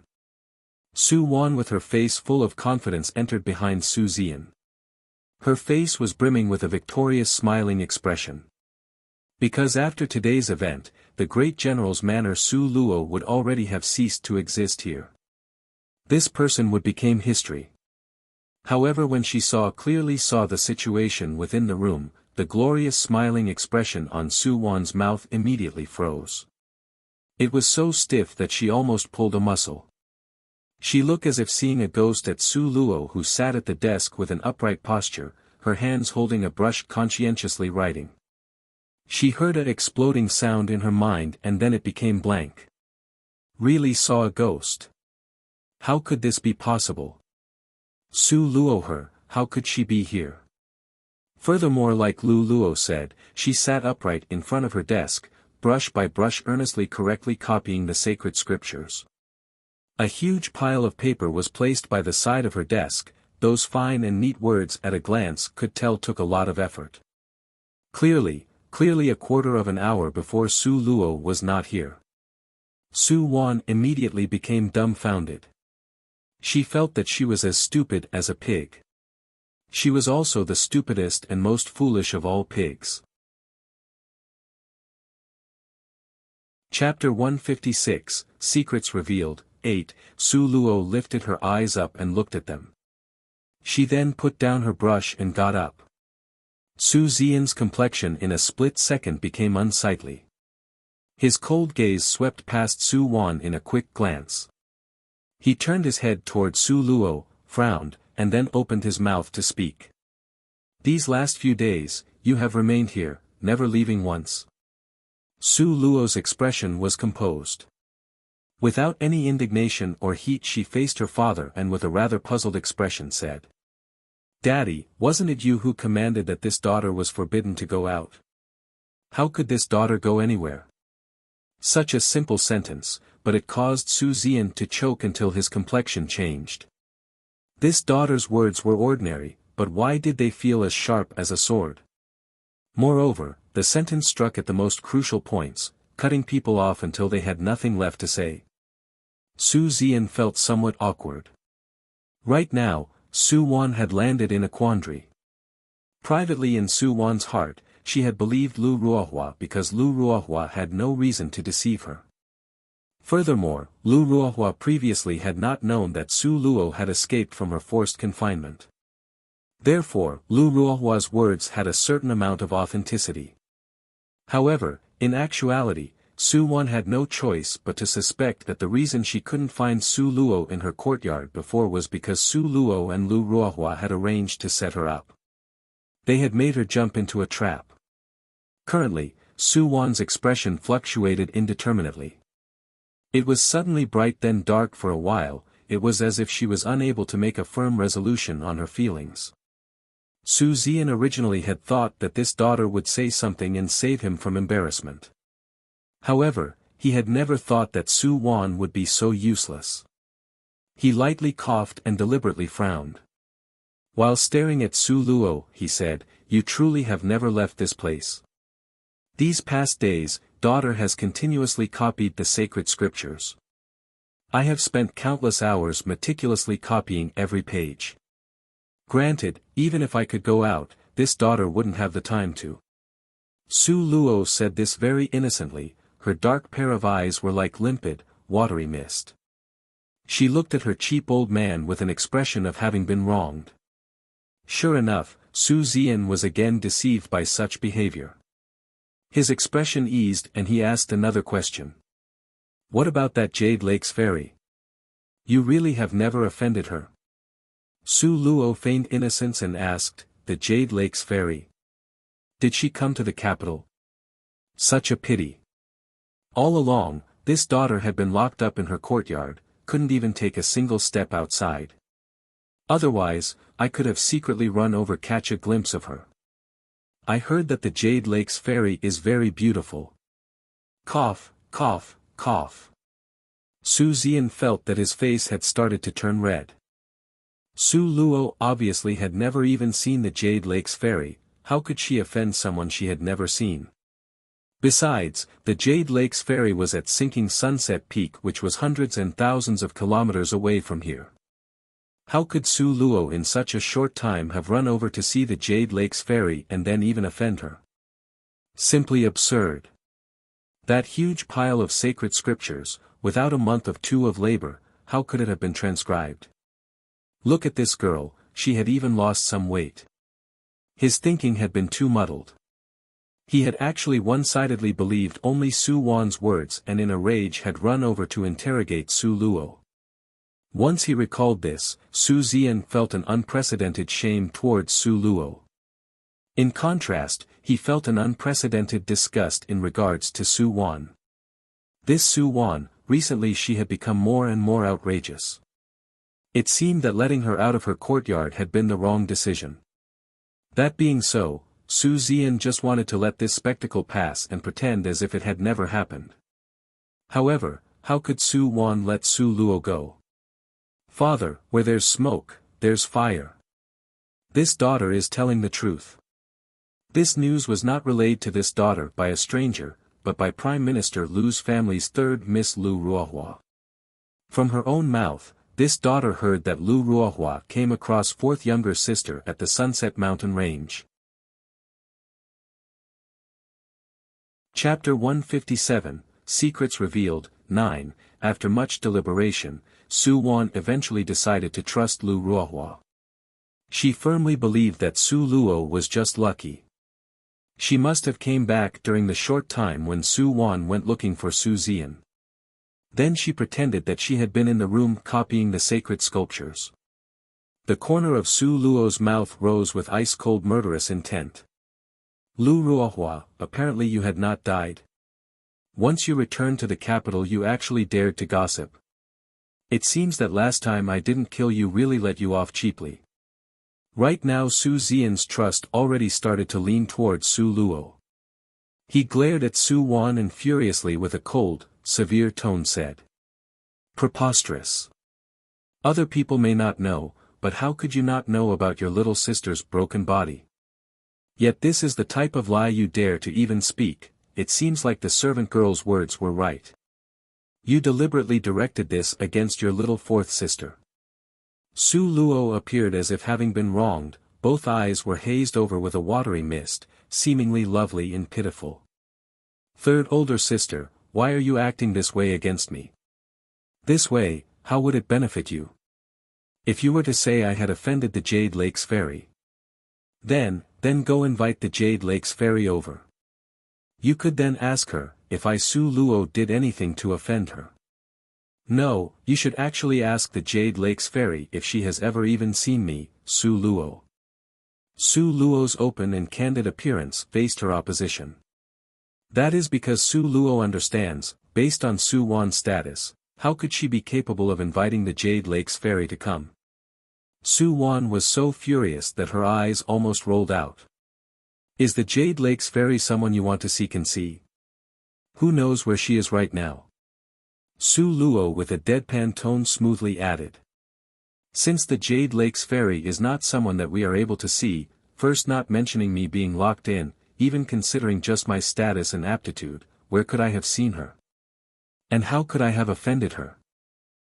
Su Wan was trapped by her own words and was interrogated by Su Luo until even 100 mouths would not be able to dispute what had been said. Yes, since the Jade Lake's fairy was not someone who could merely be seen on a whim, then based on Su Luo's qualifications and status, how could she even see the Jade Lake's fairy? And then how could she have offended her?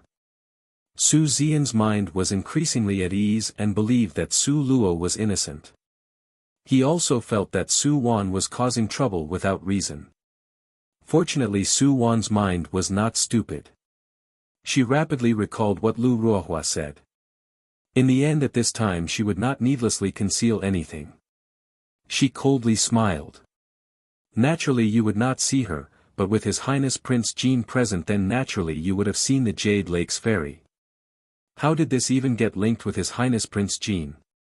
Su Zian's brows nodded. First it was the Jade Lake's fairy, now it was His Highness Prince Jin. These people were all huge Buddha-like figures and his tiny little general's manner simply could not afford to offend any of them. Daddy, you ask her. You ask her if she went to the Sunset Mountain Range with His Highness Prince Jin. Humph, Su Luo, don't even think about denying, Lu Ruohua actually saw everything. Su Zian's expression fluctuated, and he bewilderedly looked at Su Luo. Even if it was hard to believe, however. If it was real. The corner of Su Luo's mouth lifted into a faint smile. Her eyes were as clear and peaceful as the wind. His Highness Prince Jin. Ha, Ha, third elder sister, honorable father. What kind of person is His Highness Prince Jean? He is an immortal being from the 9th layer of heavens, incomparably noble. One glance of him from the common people makes them feel as if they had committed blasphemy. Do you guys really think that he would fancy me a good-for-nothing idiot?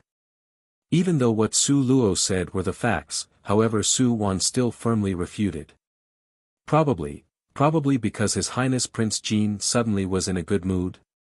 Okay, His Highness Prince Jean was in a good mood, let's assume that was the case. In that case, may I ask how could I have made a trip from here to Sunset Mountain Range and back in a period of only 1 month? Chapter 158, Secrets Revealed, 10, Now, even Su Wan had difficulty justifying her words. After a long while, she finally thought of something to say. His Highness Prince Jean has a dragon-scaled horse. A dragon-scaled horse can travel 500 kilometers in a day. To make a round trip within 10 days would be a cinch. Since third older sister mentioned the dragon-scaled horse, Su Luo coldly smiled, her eyes unblinkingly stared at Su Zian. Then honorable father, you have also heard of the dragon-scaled horse. Do you think such a magical beast as the dragon-scaled horse, besides His Highness Prince Jean, would allow others to ride in it? I heard that the Crown Prince had tried to ride in the dragon-scaled horse carriage before and was thrown out. He almost suffered a serious mishap. Do you feel that your own daughter would have the ability to ride in the dragon-scaled horse carriage? Is my station more respectable than the Crown Prince's? Is my martial arts higher than the Crown Prince's? Or is it something else? Su Luo's words were reasonable and woven seamlessly together, making them impossible to refute. Not a single strand of fault could be found. Unless the Jade Lake's fairy appeared in front of her to expose her lies, otherwise, who would believe that she, Su Luo, was together with His Highness Prince Jean? And had also rode in the same dragon-scaled horse carriage. These things were unthinkable and nobody dared to even imagine it. Even the Crown Prince and the Jade Lake's fairy weren't able to touch the dragon-scaled horse carriage. How would it let Su Luo ride in it? Since the conjecture that she rode the dragon-scaled horse could not have happened. Then, the possibility that Su Luo went to Sunset Mountain Range would naturally be false too. In that case, from this, it could be seen that the one who lied was Su Wan, not Su Luo. After Su Zian contemplated this information, his eyes fiercely and strictly glared at Su Wan. He coldly left a sentence. Go back to your courtyard and carefully reflect, save your effort of coming out all day to stir up trouble and create something from nothing. Before he finished speaking, the great General Su Zian tossed his sleeves, turned and resolutely left. He completely believed Su Luo's words and deduced her to be innocent. He was also convinced that Su Wan had tried to stir up trouble. Su Wan was so furious that her face became red. Her appearance was dark and dejected. Her slim finger pointed at Su Luo, with a twisted and sinister expression, she said. I really don't know, and also can't imagine how you made the round trip from home to Sunset Mountain Range. However, I believe what Lu Ruohua told me. Finished speaking, she turned and left. She would definitely find the evidence to prove that Su Luo's words were all lies. However, Su Luo only lazily leaned on the door frame, both hands crossed over her chest. Her face was glowing and spirited, the corner of her mouth lifted in a cold smile that was not quite a smile. Third older sister, you are indeed forgetful. Just like this you think you can leave? The Su Luo right now was already not the timid and delicate-mannered one that had faced Su Zian. The her right now seemed very careless and indifferent. Her words and actions had the manner of one who had victory within their grasp. Not arrogant or impatient and neither strict nor slow. Su Wan paused, she turned around and glared at Su Luo, sneeringly said, What? Want your third older sister to stay and accompany you for dinner? She had already prepared to let Su Luo go this time. How could Su Luo still be dissatisfied? That won't be necessary. It's merely that I vaguely heard before what third older sister had said. If I, Su Luo, was here, then she would kneel and pour me some water for tea, right? Su Luo pretended to pick at her ears. Her pair of beautiful eyebrows rose slightly, a taunting smile with a cynical intent appeared. Food perhaps could be eaten indiscriminately, but words could not be spoken irresponsibly. You should be responsible for the words that were spoken. However, Su Wan merely sneered. You heard wrong. Such a thing never happened. Finished speaking, she lifted her skirt and hurriedly walked away. Afraid that should she be too slow, then she would be grabbed by Su Luo and forced to kneel and pour tea for her in apology. Su Luo saw Su Wan's the rushing rear view, trying to escape, and her mouth lifted in a shallow grim laugh. Su Wan, you thought that this gate was so easy to pass through? You think that I, Su Luo, would be so easy to bully? Chapter 159, The Final Craziness, 1, Su Wan angrily left. She sat in her room and frowned for half a day. Outside her door stood her two personal maids, one was Xia Qing, the other was Dong Shui. Both of them had their heads lowered, occasionally looking at each other in dismay. Neither dared to take a step forward to trouble the Mississippi. Clearly, both of them knew that whoever took the first step forward to suit the miss, would become cannon fodder for the third miss's rage. They knew Su Wan's temper better than anyone else. Su Wan suddenly stood up, she impatiently and furiously paced around her room. She clenched her fist and discovered that no matter what, she couldn't swallow being humiliated in such a way. Why was she the one who always got scolded and cursed at? Last time, Su Luo had beaten her to such extent, yet father merely said one scolding sentence that was light as a feather. Ultimately, Su Luo was only locked in her courtyard to reflect, and because of her own bad luck, Su Wan received the same punishment. This time was also the same. Clearly, Su Luo had snubbed the family and left home. Su Luo freely and played unfettered around for about a month outside. Once Su Luo returned home, instead of being reproached, father actually blamed her instead. Since when did Su Luo start to strive for things and be a step ahead of her? This was absolutely impossible. She must investigate this matter regarding Su Luo thoroughly. She must expel her from the family, or else afterwards, how could she have any status in this manner? With a flash of insight, Su Wan stood up and charged out, full of rage. At this moment, the servant La Mei came in, carrying a hot bowl of lotus seed soup. She had originally thought to use it to ease Su Wan's temper. However, by chance, when she entered, Su Wan had rushed outside without any warning. Both people coincidentally collided together. Su Wan was scalded by the soup and started to shriek. She harshly slapped La Mei in the face, making the servant spin around. Even such a slut like you dares to bully me. I'm going to die from anger. Su Wan, panting with rage, kicked her. Afterwards, without any hesitation, she turned around and left. In front of these servants, Su Wan never bothered to cover up her spoiled, rude and unreasonable manner. Only in front of Su Zian, that delicate, kind-hearted, well-behaved and benevolent Su Wan would appear. This time, Su Wan directly went to Prime Minister Lu's manor to look for Lu Ruohua. Lu Ruohua was in a very good mood today. Because by chance, she had discovered that Su Luo had left her home in secret, and afterwards, she had ingeniously borrowed Su Wan to get rid of Su Luo. She had incited both sisters to start an internal strife, while she could watch safely from a distance and then reap the rewards when both sides became exhausted. She was extremely satisfied with herself. Therefore, the corners of her mouth smiled radiantly non-stop, without breaking off for an entire day.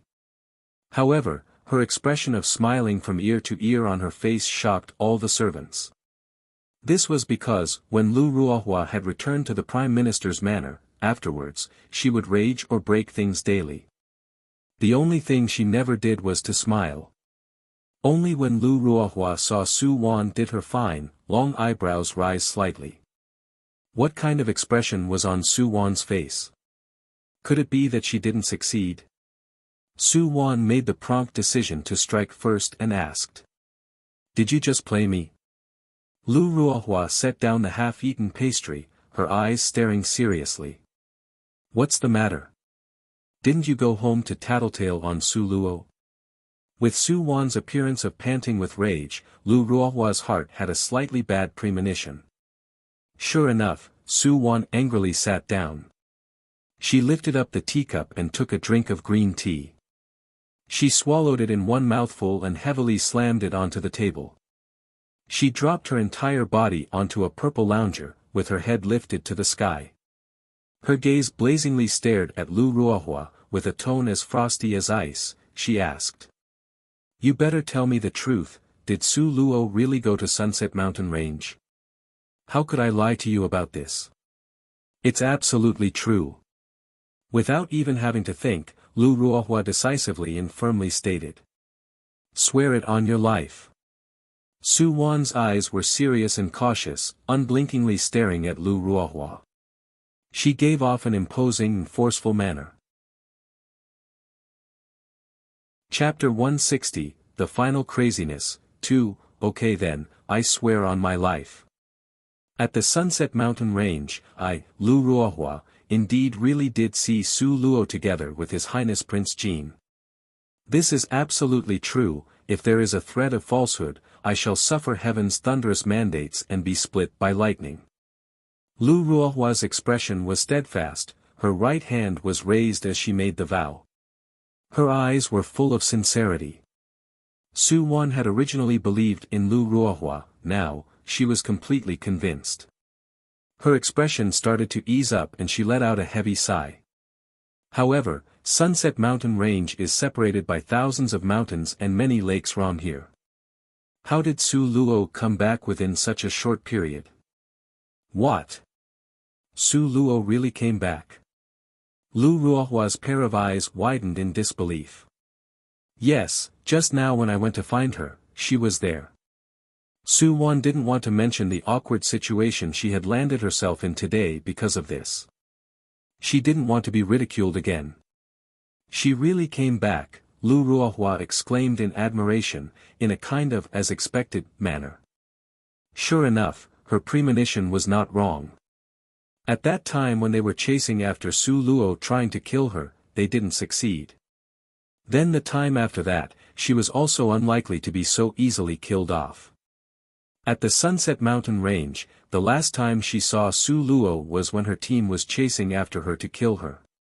At that time, because of the sudden appearance of the divine dragon that had started to chase after them to kill them, they had to disperse and run away in all directions. And afterwards, it was the Jade Lake Fairy's personal maidservant who found her. They wanted her to lead them to where they could find Su Luo. Even though that maid did not say anything, through a woman's intuition, Lu Ruohua clearly felt her murderous intent towards Su Luo. It was also because of this that she led the others to find Su Luo without any objections. She originally thought that Su Luo would be killed by those people. Now, it appeared that Su Luo's ability to live was truly strong. She even came back with all the hairs on her tail in place. Su Wan frowned.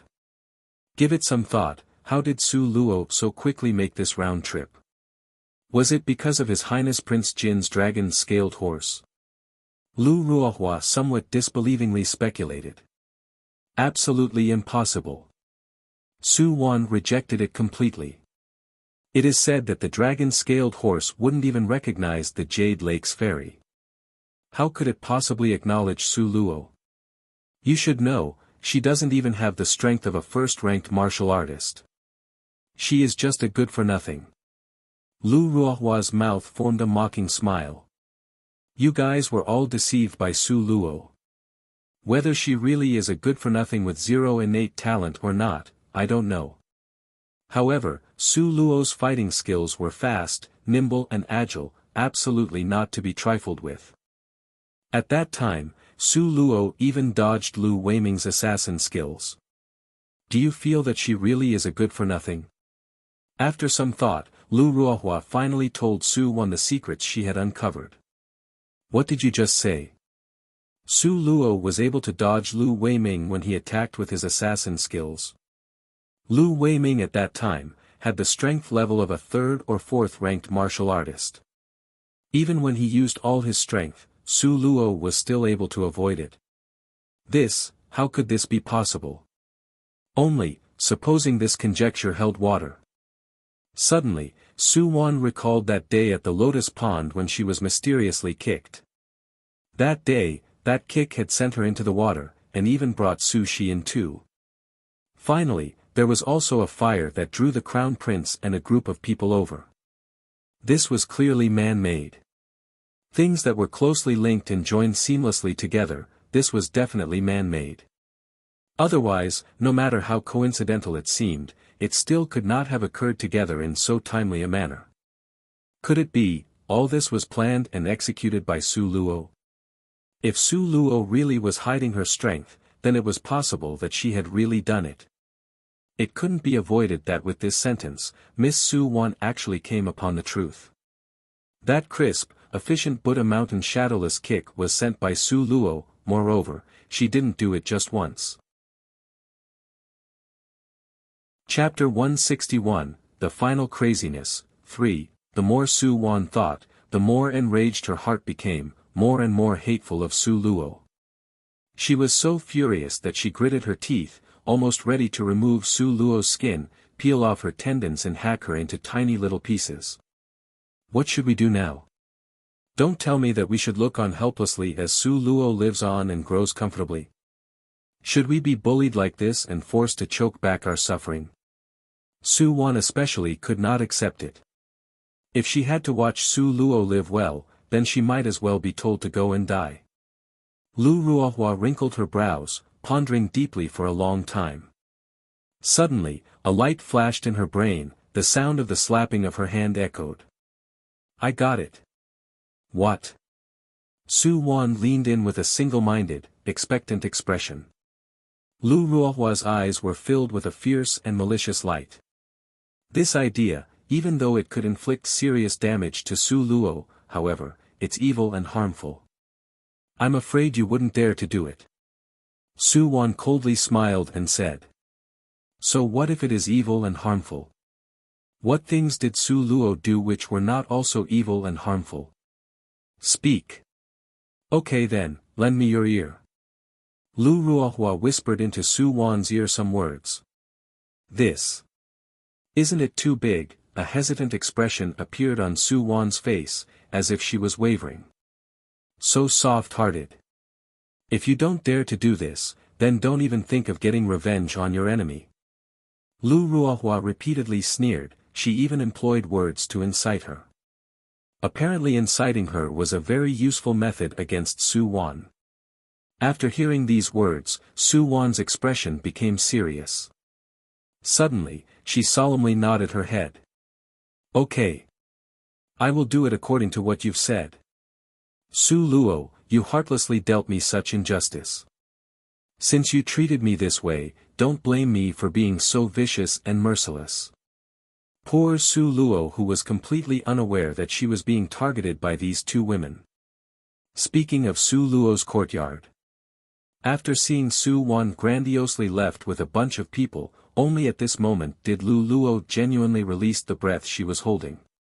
She pulled at Su Luo's sleeves with excitement and some bitterness, pitifully entreating her. Miss.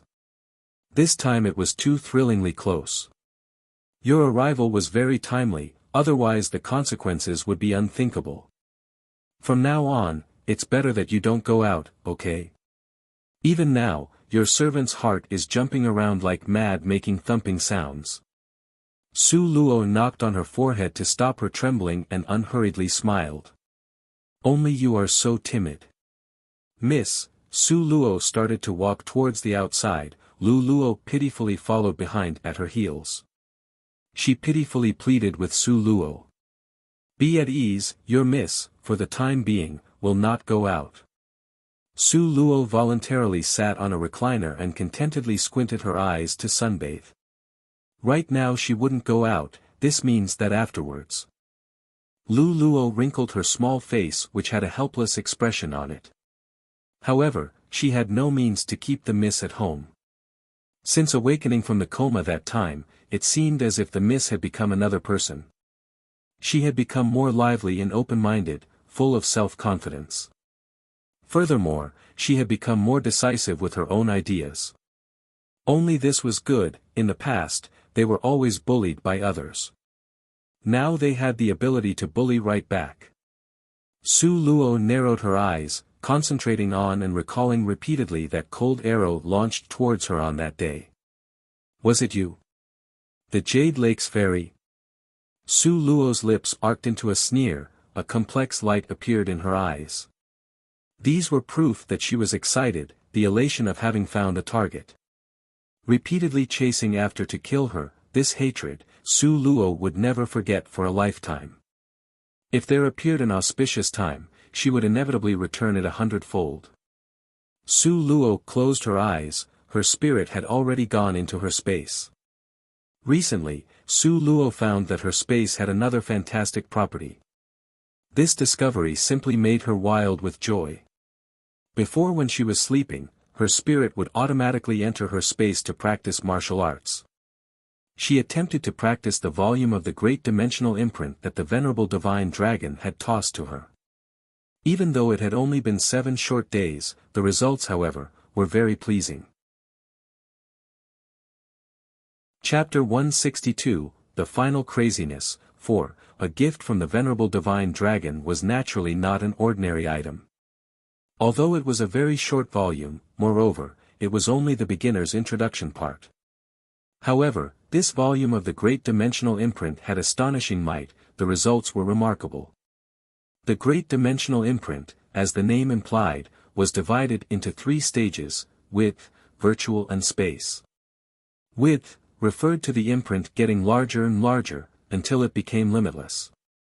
Virtual referred to a virtual shadow. After the second stage boundary, the imprint would become a virtual shadow, a formless way to injure people. Space referred to the gravity in a certain space. Once the third boundary had been reached, the imprint of the virtual shadow would change into an area where the space had gravity. In this area of space, she was the master. And right now Su Luo. Within her space, Su Luo watched her own successfully condensed imprint in her palms. 3 black lines formed on her forehead and she was rendered speechless. Because that so-called imprint was only the size of a tadpole.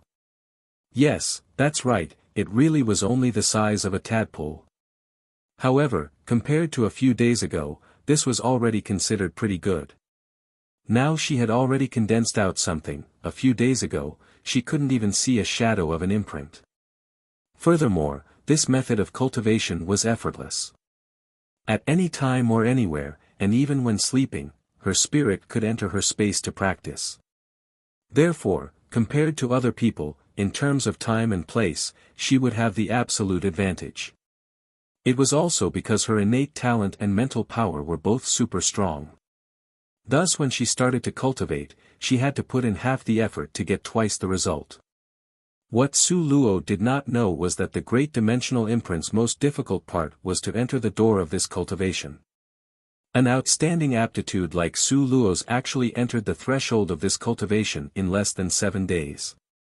She was able to condense an imprint in the palm of her hand, although small, it had still actually appeared. A slow-witted person's aptitude, even if granted 7 months or 7 years, they still wouldn't be able to condense out an imprint the size of a melon seed. Deep, dark night. Not a sound could be heard all around. The night sky appeared to be covered by a thin, cotton-like layer of dust. In the middle of the lonely sky hanged a few remnant stars. The clear and cold moonlight was bleak, devoid of any brightness. Su Luo laid on the bed sleeping soundly. However, her spirit had already entered her space to practice the great dimensional imprint. Since that day when she was able to condense out the tiny tadpole-sized dimensional imprint, afterwards, Su Luo had a gut feeling. She felt as if she had already set foot onto the first rank of a martial artist. Moreover, her distance to the second rank didn't seem all that far away. This discovery immediately made her ecstatic. These few days, what she did the most was to lie on her bed and sleep. Lu Luo had the mistaken impression that her own miss was tired out from going out this time. Therefore she was sleeping a lot to recuperate her body. How could she ever even imagine that there was a fortunate person who could self-cultivate in their sleep? She was perfectly content with Su Luo obediently staying in the courtyard and not attempting to go out.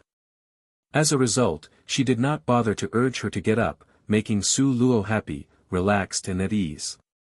This evening, Su Luo, just like before, had already finished washing her face, rinsing her mouth and climbed onto her bed to sleep.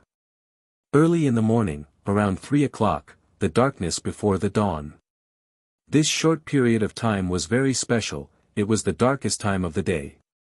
It was also the time when tired people's sleep was the deepest.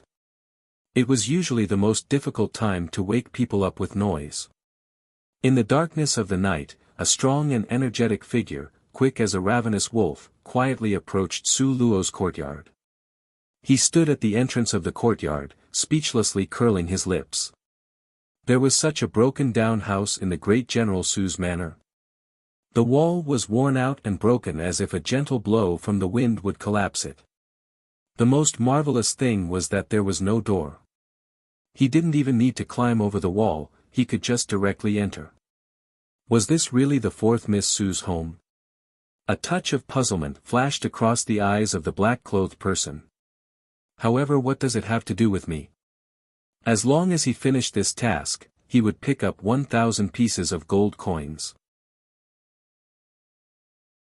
Chapter 163, The Final Craziness, 5, He quietly found his way into the inner courtyard. He accurately walked towards the room where Su Luo was sleeping. If nobody had secretly told him, how could he in a short time distinguish which room was Su Luo's? Who was he? Coming over in the dead of the night, what did he want to do? Inside of the room, Su Luo, who was in deep slumber, suddenly opened her eyes. In the dark, a pair of beautiful eyes glistened brightly, with ruthless rays of light. In her previous life, Su Luo was a top gold medal assassin. Having resided in the dark underworld for a long time, she had an instinct for danger residing in her body and vigilance. Even though the martial arts of the black-clothed person at the door was a lot higher than hers, however, she was still awakened by her instincts. The black-clothed person was probably warned by someone, therefore his actions were unusually cautious. He did not take Su Luo to be someone without a bit of martial arts, a good-for-nothing. One could only see him wordlessly poke a hole in the paper part of the window and very carefully, blow sleeping gas into the bedroom. The corner of Su Luo's mouth lifted into a cruel and bloodthirsty sneer. Sleeping gas. Unexpectedly, he had used sleeping gas worth 100 gold coins against her. They really thought she was worth it. Sleeping gas could only be refined by apothecaries. People who inhaled the gas would go limp from head to toe. In addition, the sleeping gas was composed of a strong hallucinogen and an aphrodisiac. After breathing it in, the body would be seeped in an extremely fierce desire. To get rid of this drug, the affected person must have sex. Su Luo faintly smiled. She slowly, little by little, approached that small pipe fixated on that small tube. Su Luo leaned close, and with all her force, blowed into it. Cough, cough, cough. How could the black-clothed person ever imagine that inside the room, Su Luo would be awake? Moreover, she would blow the sleeping gas in the small pipe back towards him. Temporarily, he didn't discover it and inhaled a mouthful, immediately choked and started to cough violently. Fortunately, when he entered, he had already knocked Lu Luo out. Therefore, the servant girl was not awakened by the coughing sound. So she couldn't shriek loudly and raised an alarm. Taking advantage that he didn't take her life. This opportunity only knocked once. Su Luo also did not open the door. She took out a small incense-length pipe from her space. She quickly used this small pipe to poke through the paper part of the window and suddenly blew towards the black-clothed man. The black-clothed person's sleeping gas was refined by a mere elementary apothecary. However, Su Luo's sleeping gas was something she roped Apothecary Leng into personally refining for her. It was colorless, odorless, and the effect was wonderfully strong. Su Luo used her martial arts to inhale, aimed at the small pipe, and blew 3 mouthfuls of air in a row. Cough, cough, cough. Cough, cough, cough. The black-clothed man was choked by the suddenly rise of smoke that covered his mouth and nose. He repeatedly coughed, as if he was about to cough his lungs out. Su Luo sinisterly and coldly smiled. Only at this time did she open the door. She kicked her foot out and sent the black-clothed man to the ground. Su Luo crouched down and nimbly pulled off the black-clothed man's face mask. Right now his complexion was flushed, both eyes were red, and in its darkness hid a strange radiance. It was quite obvious that he was infected by the sleeping gas and its poisonous effects. This face was unfamiliar, and also very average. Such an average look among a crowd of people would be hard to pick out. It was indeed a face perfectly suited for a hitman. Unfortunately, if it was the Su Luo before, perhaps he had a chance to win. However, the current Su Luo was almost at the second rank, plus all of her previous life's fighting skills. The black-clothed man in front of her would only be suppressed. Su Luo's expression was deep and frightening. It emitted a threatening and deadly aura. She smiled sinisterly. "Speak, who sent you here?"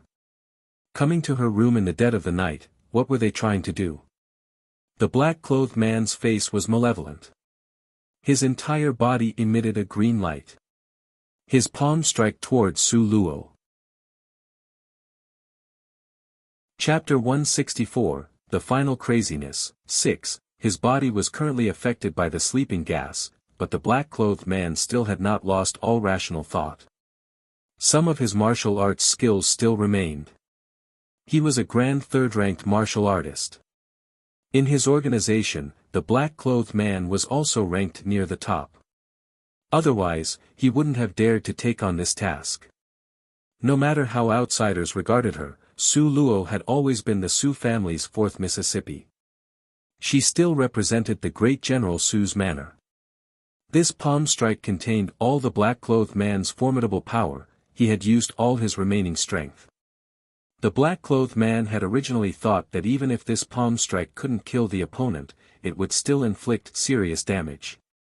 However, the reality stunned him.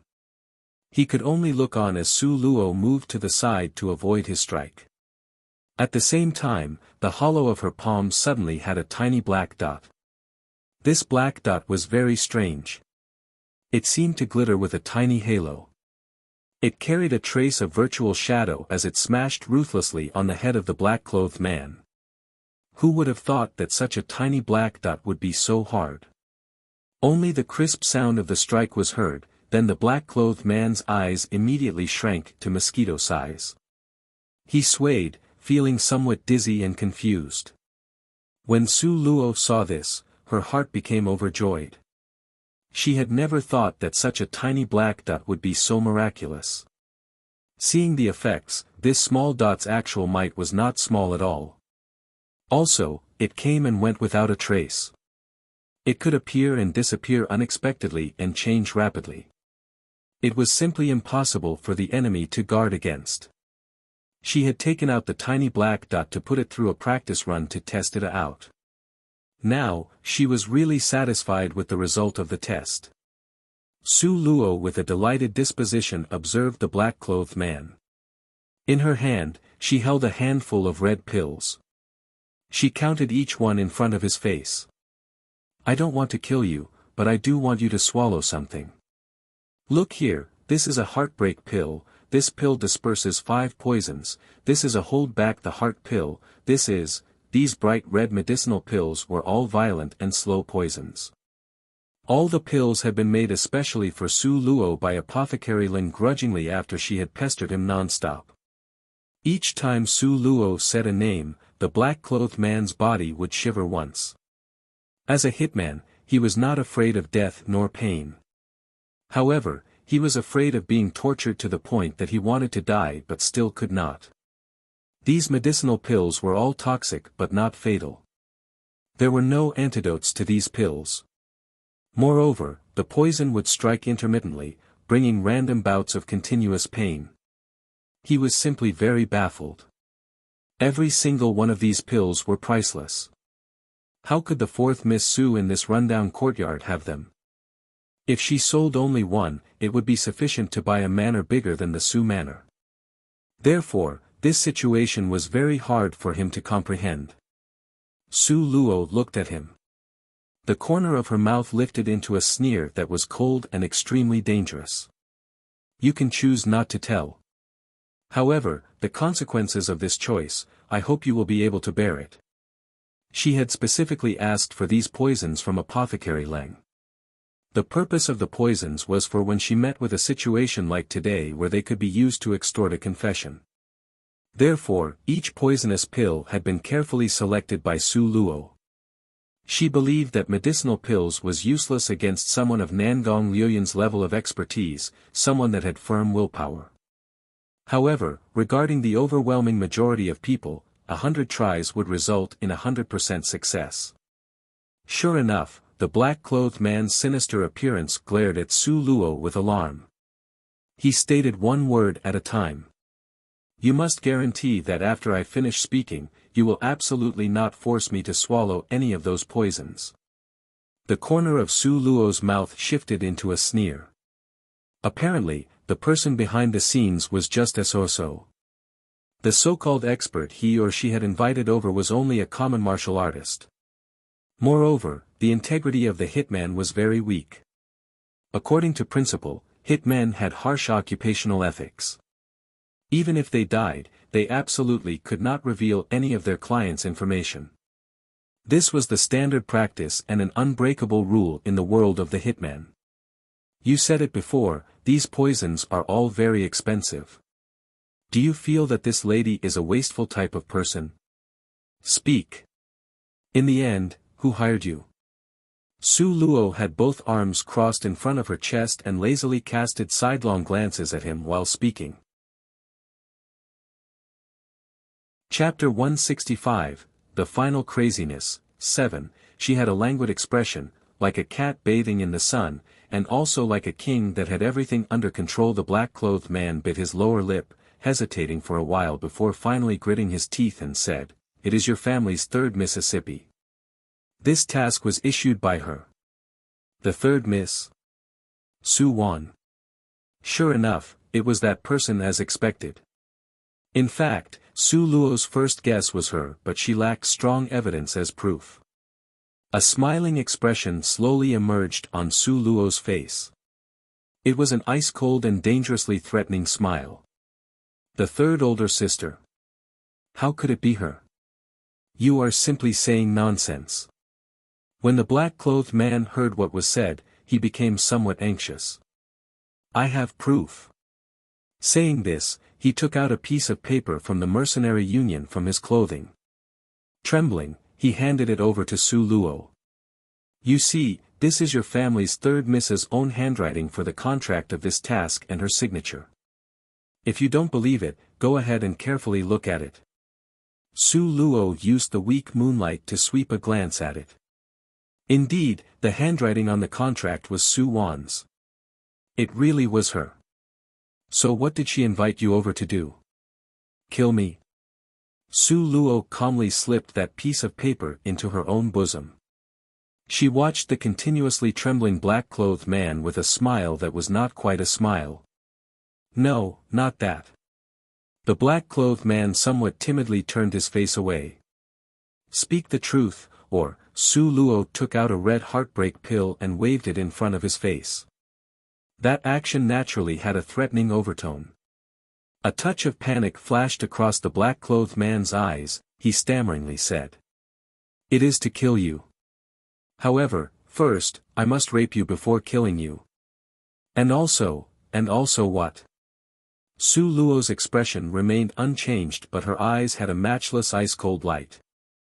And also, take your corpse and leave it out in the wilderness for wolf dogs to gnaw on, the black-clothed man really didn't want to say it, but under Su Luo's menacing and imposing manner, he didn't dare to hide the truth. He confessed to everything he knew without leaving anything out. First rape, then kill, and then leave the corpse in the wilderness for wolf dogs to gnaw on. Su Wan, Su Wan. Originally I thought your heart was a little malicious, but didn't expect you to have the heart of a snake and the sting of a scorpion. Which time was it not you who first struck at me while I, Su Luo, only passively counterattacked? In all respects, I exercised forbearance. But on the contrary, I gave you an inch and you wanted a mile. Could it be that you really think I'm that easy to bully? You were even able to use such a sinister move. Good, very good, excellent. If I don't uproot you this time, then how could I, Su Luo, have peaceful days in this manner from now on? I've only heard of 1,000 nights of being a thief, but never heard of every night guarding against a thief. Since you are so heartless, then don't blame me for being unjust. Su Luo's eyes were full of ice-cold, bone-chilling murderous intent. This was the first time she had the urge to kill someone. You, the black-clothed man, saw Su Luo's expression suddenly change. Immediately, he had a bad kind of premonition. This was a killer's innate kind of intuition, a type of normally terrible intuition. Sure enough, he only saw Su Luo's hand chop down towards him like a knife. In a flash, it knocked the black-clothed man unconscious. Seeing the black-clothed man softly fall to the ground, the corner of Su Luo's mouth lifted into a cold, bloodthirsty sneer. First rape, then kill and expose the corpse to the wilderness, right?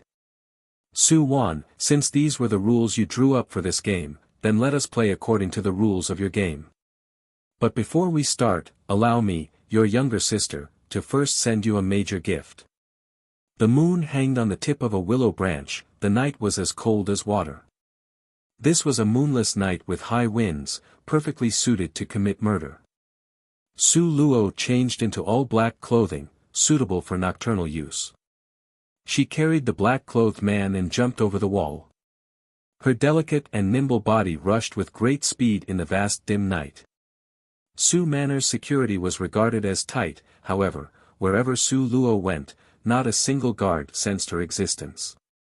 Previously, having gone through the process of stealing the celestial spirit water, Su Luo became extremely familiar with the terrain of Su Manor. Chapter 166, The Final Craziness, 8, Su Luo hid in the vast dim night, quickly heading towards Su Wan's hibiscus courtyard. Her acute vision allowed her to see in the night as if it was daytime. Her keen insight and perception of danger to her body allowed her to always be a step ahead in finding patrolling soldiers and avoiding them.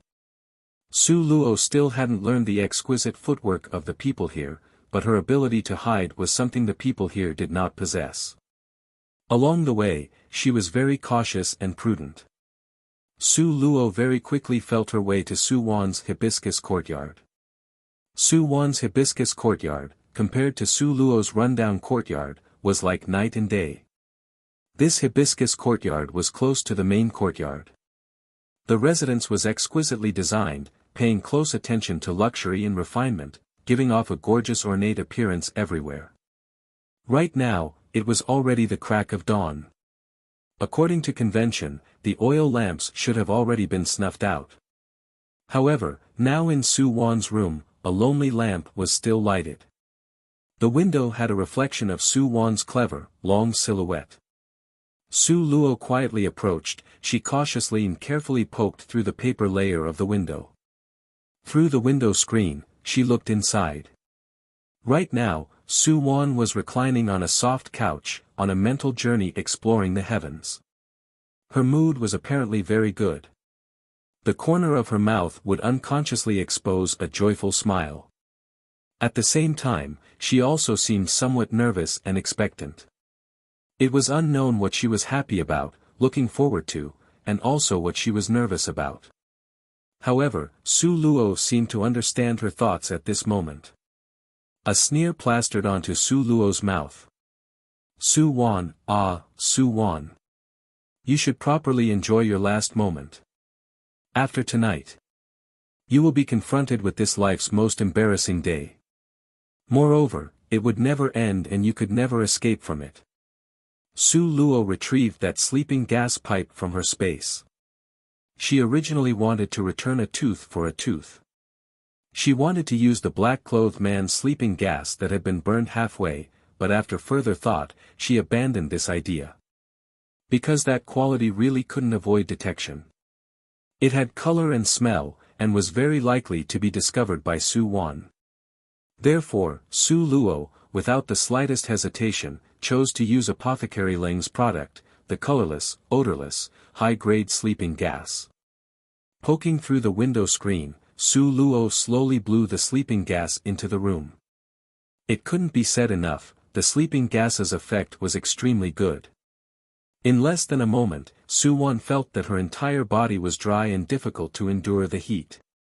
The area around her heart seemed to have countless ants nibbling on it.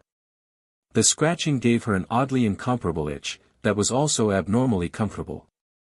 This kind of wonderful, novel feeling, was something she had never encountered before. Her complexion very quickly became scarlet, both eyes were also very red and glossy. Her vision was blurred. She unconsciously began to peel off her clothing. One piece, and another piece. Finally, only a thin undergarment remained. Chapter 167, The Final Craziness, 9, Su Luo saw that the time was ripe. The corner of her mouth perked up into a sinisterly cold smirk. Su Wan, the time to enjoy yourself is finally here. Are you ready? Su Luo did not remain hidden, she pushed open the door and directly tossed the unconscious black-clothed man towards Su Wan. Su Wan was hit by the heavy weight. Originally, she was very annoyed. However, something fantastic happened when she came into contact with the other person's fervent skin. A hard-to-describe feeling of heat started to rise up from the soles of her feet. Her body tingled, numbed, and itched, but an unusually comfortable feeling also rose. Su Wan was already somewhat delirious now. She was completely immersed in the dreamland of her own weaving. That place was a charming, gentle, and fantastic world. She unconsciously, instinctively, and wildly tore apart the black-clothed man's outer robes. She seemed impatient and urgent. Her movements were wild, coarse, and crude. The black-clothed man right now could not be called the black-clothed man. All the clothing on his body from top to bottom had been peeled off by Su Wan. He remained unconscious as he laid on top of Su Wan's soft couch. Su Wan instinctively climbed up on the black-clothed man's body, though she still did not know how to relieve her own body's suffering. The black-clothed man had already inhaled some sleeping gas before, and at the moment, the entire room was filled with hints of sleeping gas. He opened his eyes. They were scarlet red, as if a raging inferno had been ignited. His reasoning had long ago abandoned him. Su Wan was in so much pain that cold sweat kept pouring down. However, no matter what she did, she could not stop the pain. With a taunting smile plastered across her mouth, Su Luo burningly watched this lavish, lively exercise show that was occurring in front of her. Su family's third miss had lost her body's purity to a black-clothed man of unknown origin. If this matter was to spread out, it was indeed something good to look forward to. Such a good-looking action movie was being enacted on the bed. Su Luo was a very generous person, how could she enjoy it alone? Su Luo thoughtfully gathered all the clothing they had taken off aside. The bed sheets, quilted cover, and everything that could be used to cover up the body were all without exception lit on fire by Su Luo. Once the flame rose, the hint of sleeping gas would be swallowed up by the fire. Star-like speckles of flame jumped up, shining upon Su Luo's face, which was suddenly dark then light. At this moment, her expression was hard to see. Because it was all flammable material, the fire rapidly began to expand. Su Luo ultimately left just an ice-cold smile to remember her by. She locked the door, turned around, and flew over the wall. The fire spread endlessly to the surroundings.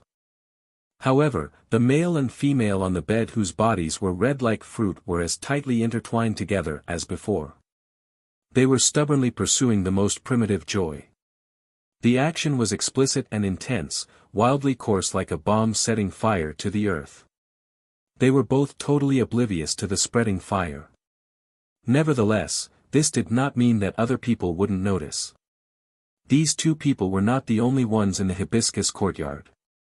There were many servant girls and old women stationed in the courtyard to wait upon Su Wan. Within the room, the fire was fierce and intense.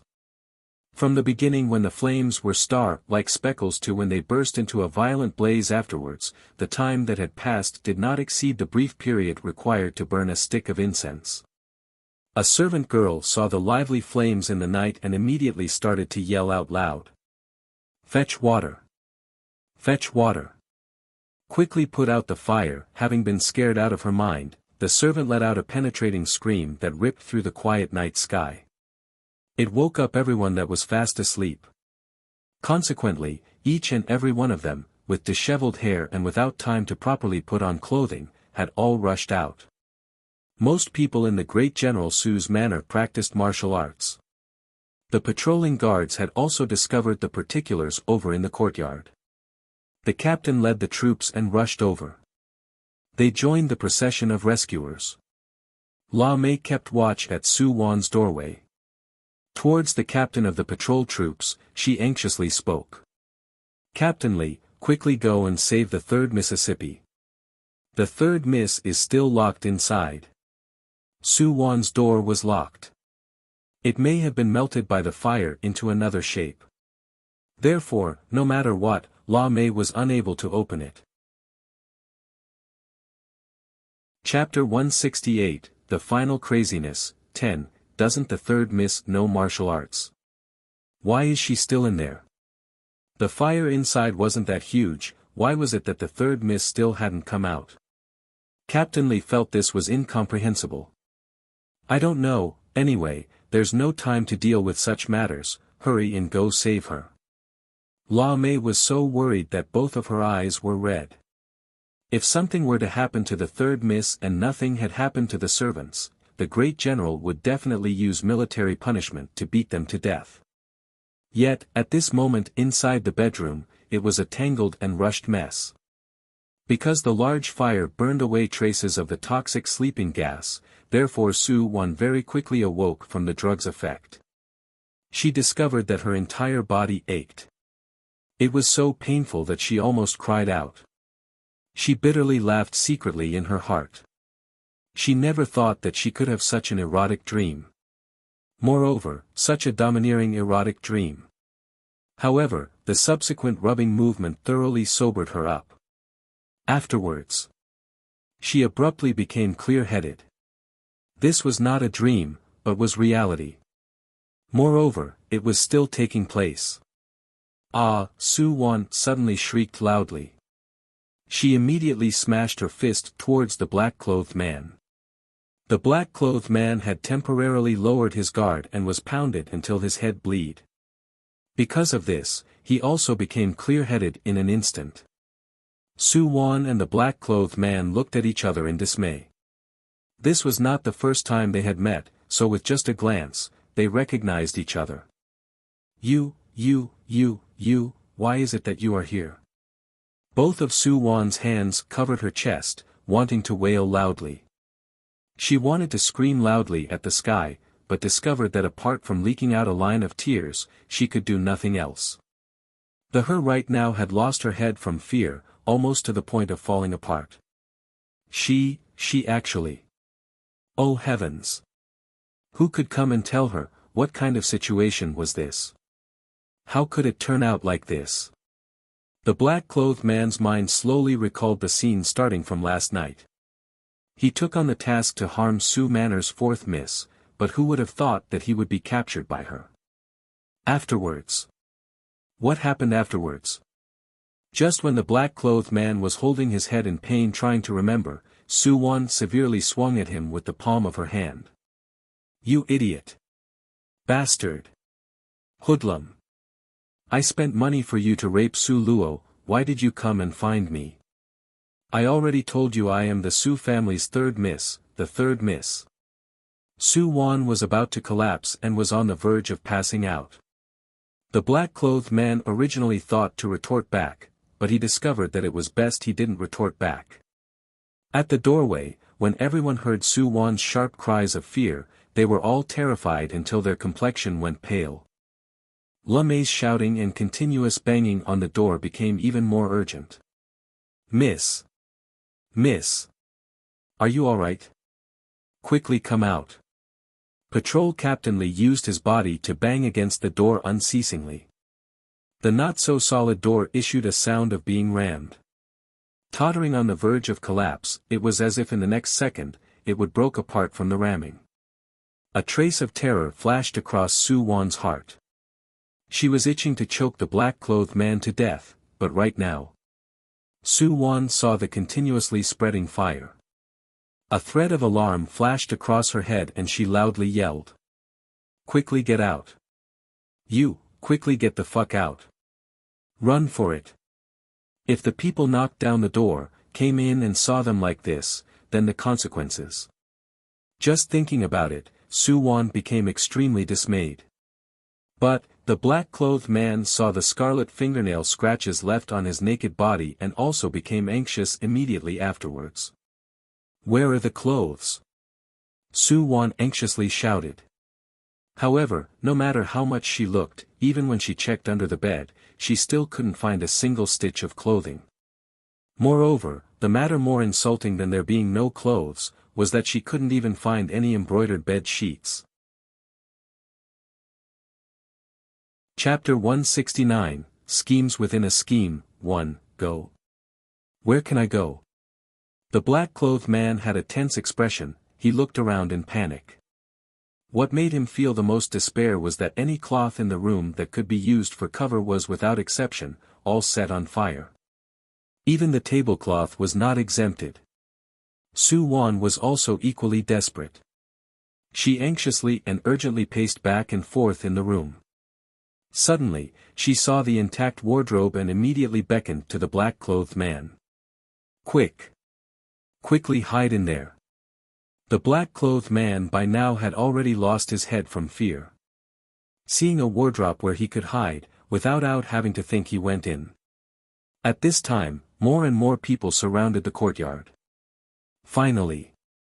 Even Su Zian was startled enough to come over with large strides and an icy expression. He saw the bustling crowd of people and commanded. What are you guys standing around for? Where is the third miss? After Captain Lee saluted to Su Zian, he hurriedly said. The third miss should still be inside. Just now we heard her voice. Move back. Su Zian gave a cold grunt, both hands only used 30% strength before a snap and cracking sounds could be heard. Afterwards, with a bang, the door that was heated scarlet red was pushed open. Inside the room, Su Wan was so anxious that she nearly started to hop about. She wanted to loudly shout at them to stop, telling them not to come in. However, on second thought, the fire was becoming more and more intense. In the end, she still had to get out. After hearing the crashing sounds of the door, Su Wan became extremely anxious. Without thinking, with a swoosh sound, she also went into the wardrobe. With a bang sound, she slammed the wardrobe's door close. Now, Su Wan made the same mistake as before when she jumped into the lotus pond. Whenever Su Luo did a job, she always thought through the next 3 or 4 steps. However, Su Wan could only think about the present predicament and could not imagine the second step, the third step. Consequently, this determined her doomed tragedy. With a loud bang, the door was knocked open. Because of the violent shaking, the thick and solid beam on top of the room could not support its own weight. With a loud rumble, it collapsed. Such a small change caused a butterfly effect. People only heard a violent crashing sound, a fiery ball of spark radiating all around. Finally, the thick and solid beam smashed down on top of the wardrobe. The 2 people within the wardrobe were pounded until they started to bitch endlessly. They were knocked around until they became dizzy and could only hear rumbling sounds in their ears. However, this was just the beginning of their tragedy. In the beginning, Su-won had selected this wardrobe mainly because it was somewhat far from the starting place of the fire and could not easily catch on fire. However, after being smashed by the already burning beam, the fire rapidly spread towards the wardrobe. Yet, Su-won and the black-clothed man hidden inside were still unaware of the danger. They still believed that they were very safe. Su Zian did not realize the strength he used to push open the door was excessive and had brought enormous trouble to Su-won. He was the first to step into the room, continuously fanning away the black smoke and loudly calling. "Wanner, Wanner! Quickly come out!" Even though recently, Su-won had time after time disappointed Su Zian, but blood was thicker than water. In addition, Su-won had continuously and painstakingly fawned on Su Zian to win his favor. Therefore, Su Zian still had a little father and daughter mutual affection towards her. How could Su Zian look on unfeelingly as Su-won met with such a mishap? Thus, he entered the room together with Captain Lee. Everyone was shouting out Su-won's name continuously. The intensity of the fire inside was already hard to contain. Fire was everywhere and there was also thick smoke everywhere. The thick smoke rolled on surrounded by flames, and the temperature was also extremely high. Standing inside was like being inside of a steamer. It was so hot that it made a person's entire body become drenched in sweat. The black smoke made the eyes astringent and ache, exceptionally difficult to bear. "Wanner! Wanner!" He continuously called out Su-won's name. His heart became uneasy. Could it be that one child had already met with a mishap? Wanner, the direct translation for is child or son. In this case it's used as an affectionate nickname like saying Danny instead of Dan. So from now on we'll just use Wanner instead of one child, which I personally like since it showed more affection. Chapter 170, Schemes Within a Scheme, 2, Third Miss. "Third Miss, where are you?" Captain Lee and his subordinates were all dispersed in the room searching for her in a block pattern. However, what made them despair even more was that within this condemned room, how had Su-won disappeared into thin air? But they were quite certain Su-won should be in this room. This was because at the beginning, they had heard the sounds of her screaming. "Master, look here, this," Captain Lee pointed at the mess on top of the soft couch. His expression was heavy with incomprehensible misgivings. Su Zian followed his gaze and looked, immediately traces of rage flashed through his eyes. On top of that soft couch was some scarlet blood and disheveled ceasings. It was clearly in complete shambles. At a glance, a perceptive person could obviously recognize what happened. The muscles on Su Zian's face twitched uncontrollably, both of his eyes had combusted into a raging inferno. His pair of hands clenched tightly into fists, the blue veins on the back of the hands throbbed with his heartbeats. Impossible, this was definitely not possible. His Wanner, would never ruin the family's traditions by doing such things. Now, Su-won was also feeling uncomfortable within the wardrobe. In the wake of the fire getting more and more intense, the black smoke within the room had also become more dense. The air became thinner and was very scarce. On top of that, they were shut within the wardrobe where the air was even more pitifully thin. She could still deal with the thin air. But the more terrifying thing was the thick smoke. It was coming in through the thin crack and the entire wardrobe was filled with smoke from the fire. It was suffocating her until she almost couldn't bear it any longer. What made Su-won more depressed was that the surroundings of the wardrobe had also caught fire. The fire was fierce, making the temperature suddenly soar up. Outside of the wardrobe was a flaming fire. Inside the wardrobe, both of them were like roasted suckling pigs in an oven. They were being baked until they almost passed out. Su-won endured and continued to endure. At last, she could not bear it any longer and loudly started to cough. The loud sound of fierce coughing echoed in the quietness of the indoors and broke the silence. Without waiting for Su Xian's orders, Captain Li took his subordinates and rushed towards the sound's origin. They manually removed the beam on top and quickly opened the wardrobe. The wardrobe was opened and they both rolled out. Cough, cough, cough, cough, cough, cough. Su Wan, who was lying on the ground, could actually breathe in fresh air. She desperately breathed it in deeply, resulting in it choking part of her lungs. Her coughing became increasingly severe. The black-clothed man was also lying on his back on the ground, gasping large breaths of air. Now his vital energy seemed incredibly weak, completely different from his strong manner of an expert martial artist before. Su Xian, including everyone present, were all dumbstruck by the scene in front of their eyes. This strange picture had surpassed all of its predecessors and had no successors. Captain Li, at a glance, could recognize that naked person as the third Miss, Su Wan. He was absolutely sure. The raging fire continued to burn, on top of the soft couch. If everything was put together, it was enough to give everyone unlimited space to imagine what occurred. Su Wan lifted her head, saw her father and everyone's figures. She lost her mind from fear, subconsciously placing both hands over her bosom and shrieked loudly. How could there be so many people? Furthermore, even her father was amongst the crowd. Her body. Oh heavens! Right now, Su Wan wished that she could immediately pass out, pretending as if nothing had happened. If she was to do so now, it was obvious already too late. Su Xian was so enraged that both of his eyes were about to explode. His entire body was shaking, itching to use his fist to kill this daughter. This daughter who was without a sense of honor and brought ruin to the family traditions. 1. See chapter 169 for the footnote. Wanner is an affectionate nickname.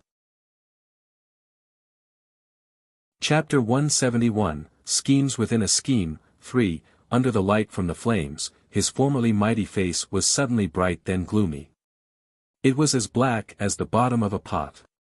His mood was unclear and indistinguishable. However, the people closest to him could clearly feel the approaching storm clouds reeking of blood.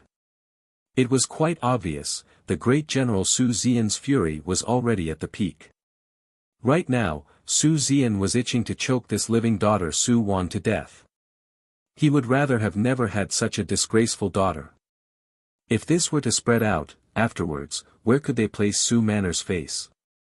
However, in the presence of so many people, Su Xian only clenched his fists tightly and his complexion was ashen. Su Xian ultimately said nothing, only his face was dark. The temple on his forehead bulged and throbbed incessantly. Both of his eyes were hazed over with bloodlust. He swept a quick glance at the surrounding people. People that were swept by his machine-gun-like gaze, each and every one of them kept quiet out of fear. They reverently lowered their eyes, even the sound of their breathing was slowed down.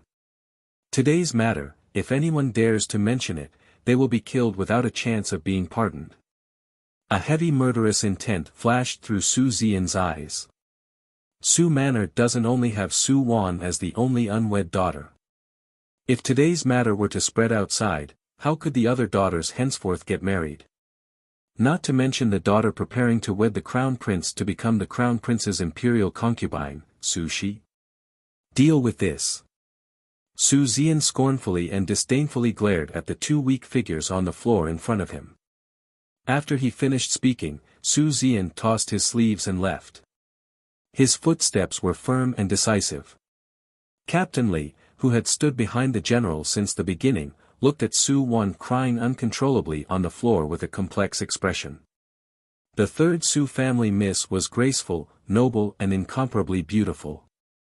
He would admire her daily numerous times. Now that he saw this disgusting side of hers, he finally realized. It turned out she was this kind of fickle and loose woman. He subconsciously took off the cloak from his own body and gently placed it on top of Su Wan's body. Su Wan appeared to be grabbing at the last straw that could save her life. Her cries were mournful and intense. I am innocent. I have been wrongly accused. It's Su Luo. It's Su Luo, that slut who framed me. It is her who harmed me. With the light from the flames, her appearance was sinister and twisted. Her pair of eyes were scarlet red, filled with maliciousness, and were very spiteful. She had a crazy expression like a mentally deranged fool. Her condition was terrifying, like a lunatic. In a short while, Captain Li's original feelings of pity dropped by more than half. He calmly said, "Third Miss, rest assured, the general will use his own wise judgment." Captain Li held Su Wan, who was tightly wrapped with his cloak, with a complex expression on his face, as he left with her. Deal with this. Captain Li left only these 3 words. People could only see the swords in the soldiers' hands swing down. Slice after slice appeared on the black-clothed person's body. Fresh blood sprayed out wildly, continuously spraying out. Soon, his corpse was kicked into the raging fire and afterwards, was cremated into black smoke. As if he had never existed before. Captain Li's troops followed behind him and also filed out. Within a moment, everyone walked out, leaving behind a completely empty courtyard. The same evening. The night was pitch black as ink. Su Zian sat inside his study, the lamp flickered brightly, then darkened. It shined upon his hazy and fierce appearance, revealing a ruthless expression. His overcast mood was clearly indeterminable. Madame Su came in, holding a bowl of lotus seed soup. Seeing Su Zian's unstable mood and absent-minded appearance, she sighed. The passing years seemed to have left no traces on her face. "General, you haven't eaten anything tonight. You should eat something at least." Madame Su's voice was gentle and sweet-sounding, very pleasant to listen to. "Not eating, take it away." Su Zian frowned and stubbornly refused. Chapter 172, Schemes Within a Scheme. 4. Is the general's spirit still wounded with regards to Wanner's matter? Madame Su softly asked. Ah. Su Zian let out a strong sound of agreement. No matter what was said, that was a daughter he had seen growing up from childhood. After all, blood was thicker than water. At that time, he was furious and in a difficult position. He had to consider the reputation of the Su family clan, thus he was itching to put Wanner to death. However, now, after much careful reflection, there seemed to be many fishy occurrences in this matter. Madame Su was the most adept at discerning his thoughts from his body language. With one glance, she could tell what Su Zian was thinking. She followed with a sigh, her expression was disappointed and frustrated. "General, this matter was rather too odd. Can't say for sure, maybe Wanner was wrongfully accused." Madame Su knew that this was what Su Zian was thinking, so she deliberately said it this way. She made it appear as if she happened to hold the same opinion as him. Just as if their 2 hearts beat as one. Sure enough, Su Zian's pair of eyes opened wide. "You think so too?" "Yes, the more this wife thought about it, the more I don't understand. How could Wanner do something like this? Normally, Wanner is gentle, soft and dignified. She knows her etiquette and understands human interactions. Even if she was birthed by a concubine, when everyone mentions the Su family's 3rd miss, they would express the sound of their approval and praise. You tell me, this kind of Wanner, how could she do such a thing that dishonors the family traditions? You mean this matter has some hidden secrets?" Su Zian's appearance changed slightly. He indeed had some suspicions. He was suffering from a lack of evidence. Yes, this wife feels that Wanner's matter. Someone secretly set this up to frame her. Madame Su's eyes were black as ink, so deep as to be bottomless. Every one of her sentences was ordinary, but step by step, it controlled Su Zian's mood, leading him in the direction she desired. Madame Su, for so many years, was unstoppably favored, making Su Zian trust her unconditionally. It was impossible without her having some outstanding talent. This type of imperceptible influence, like the breeze amongst the drizzling rain, was her strength. Framed? Su Zian suddenly stood up, he impatiently paced around the room. He continuously rubbed both hands, displaying his heart's unease and worries. Yes, it should be a setup. Madame Su's appearance was equitable with a slight frown. See, how on earth can there be such coincidences? The black-clothed man could so coincidentally enter Warner's courtyard. Once the fire started, why was it that both of them did not discover it? The fire burned their clothing and beddings, they still didn't feel it. This seems fishy, enormously wrong. Su Zian slapped his hands. Correct, at that time, he was so furious, he became confused. How could he not realize the truth of such a simple matter? Granted, even under an extremely passionate embrace, the fire was quickly spreading towards their butts. Why didn't they extinguish the fire? Why didn't they run away earlier? Ultimately, they were trapped in the room, waiting for people to catch the couple in the act. This was simply impossible. What Madame said was right, this matter was extremely fishy. Su Zian's pair of thick eyebrows knotted tightly, his expression was serious. His eyes bursting with flames, hatefully said, "Who framed Warner? If this general were to find out, then I will have him dismembered into 10,000 pieces." Under his raging temper, Su Zian slapped down his hand. The table made of pear flour would immediately turn to dust. Now, his expression had hazed over, both eyes were murderous and radiating with violence. Madame Su pondered for a short while, afterwards, she frowned slightly and slowly said. Warner has always been well-behaved and abided by etiquette. She never had a dispute with another person and never incurred other people's hatred. Why would someone frame her? Su Zian only coldly smiled. You only know the well-behaved and proper Warner, but you don't know how arrogant and despotic she is behind people's back. Let's not talk about outsiders, just talking about how she treats Luor. Chapter 173, Schemes Within a Scheme, 5. Suddenly, Su Zian's expression changed and his speech abruptly stopped. It was not that Su Wan had no enemies. She and Su Luo definitely had old grievances.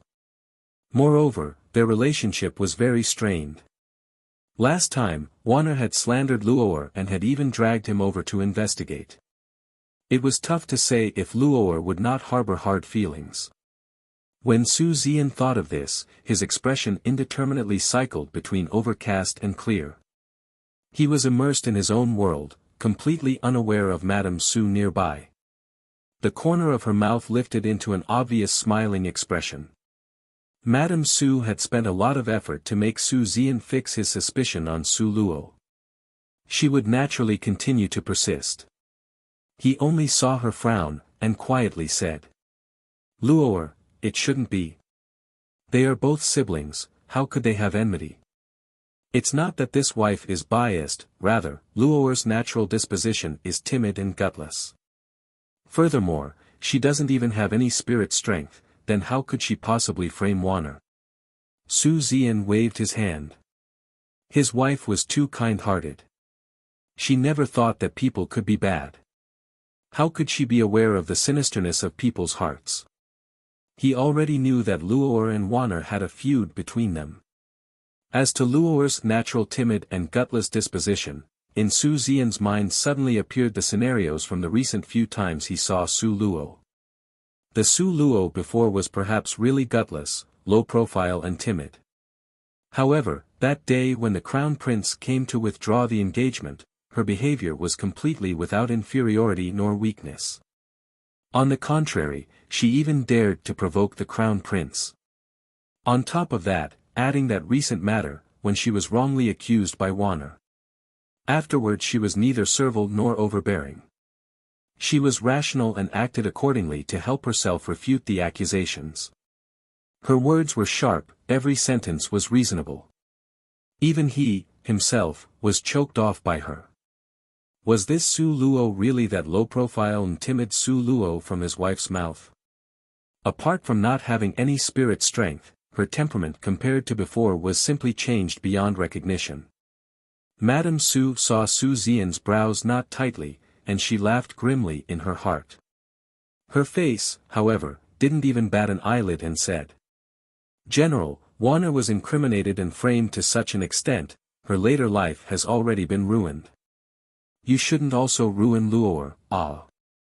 Even if we consider this matter to be done by Luo'er, we should also pretend as if we saw nothing." After being married for many years, Madame Su could accurately grasp Su Xian's pulse. These kind of words, she used retreat to advance. As expected, Su Xian did not disappoint her. How could this be allowed? Absolutely out of the question.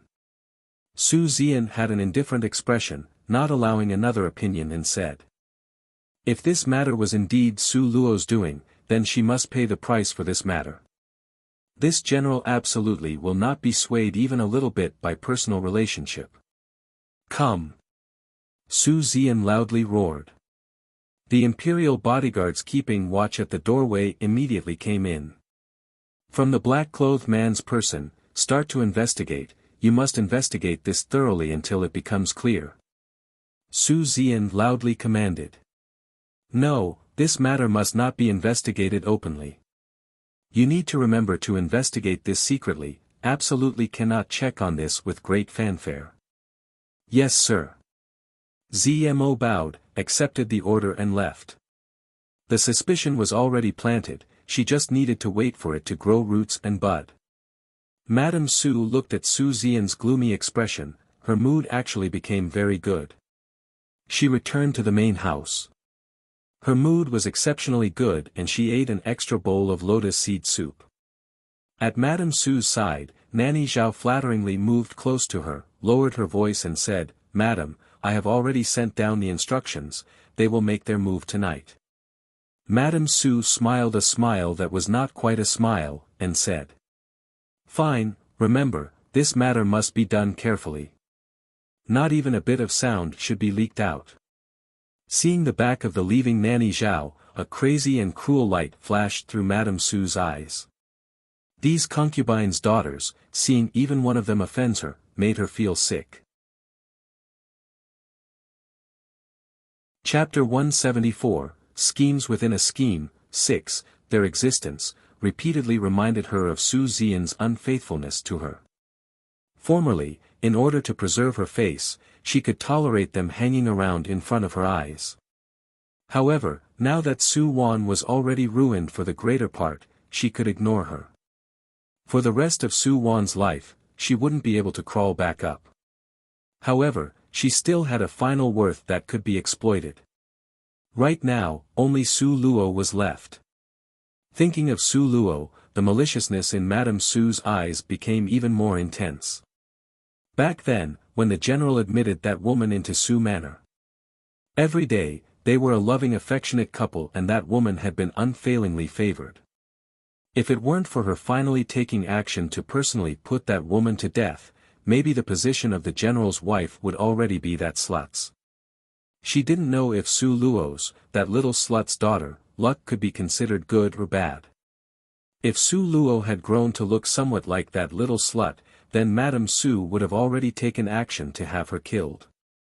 Maybe it was also because Su Luo did not grow to look like that little slut, so she could not obtain the general's favor. If it weren't for the fact that she was a girl, she would really be suspicious that the child had been switched by that slut. There were actually mother-daughter pairs that grew up to look completely different, it was truly hard for people to believe. Madame Su leisurely and unworriedly sampled the fragrant tea. Whenever she thought about how she would get rid of both concubines' daughters in one shot, her mood became extremely carefree. That same night. The night was pitch black like ink.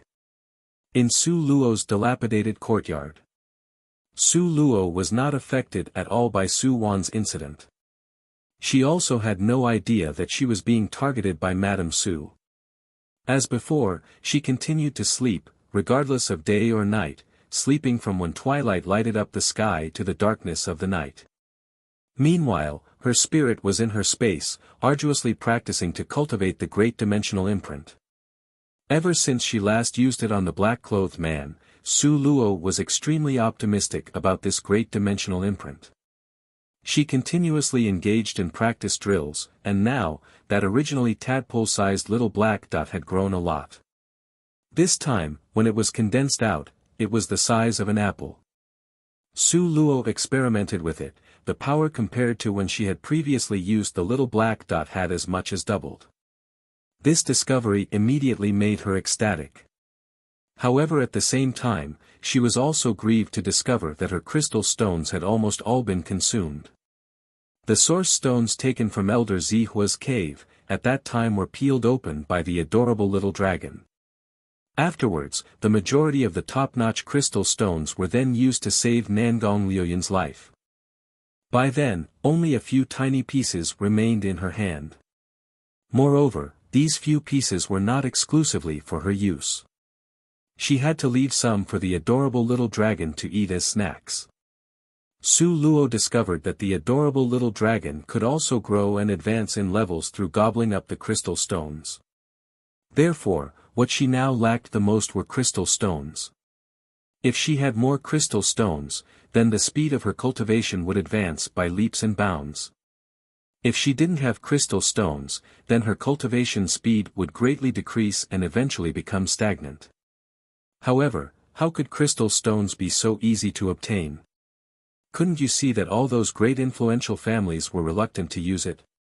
If she were to buy it, the price would simply scare her to death. Therefore, the only method was to gamble on source stones. However, Su Luo sighed. Currently, she was absolutely the poorest beggar among beggars. Because from the top to the bottom of her body, she didn't even have a single gold coin. Without gold coins, how could she go and gamble on stones? It truly was that a single monetary coin could confound a hero. Su Luo tossed and turned on her bed, having a hard time falling asleep. She continuously pondered on how to earn her first pot of gold.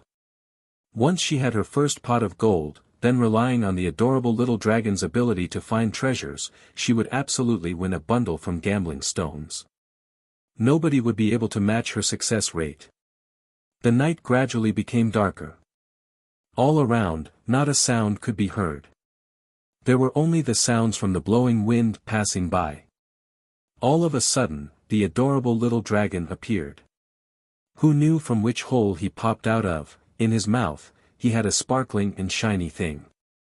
You're tuning into the Han Li's Wuxia Adventures YouTube channel.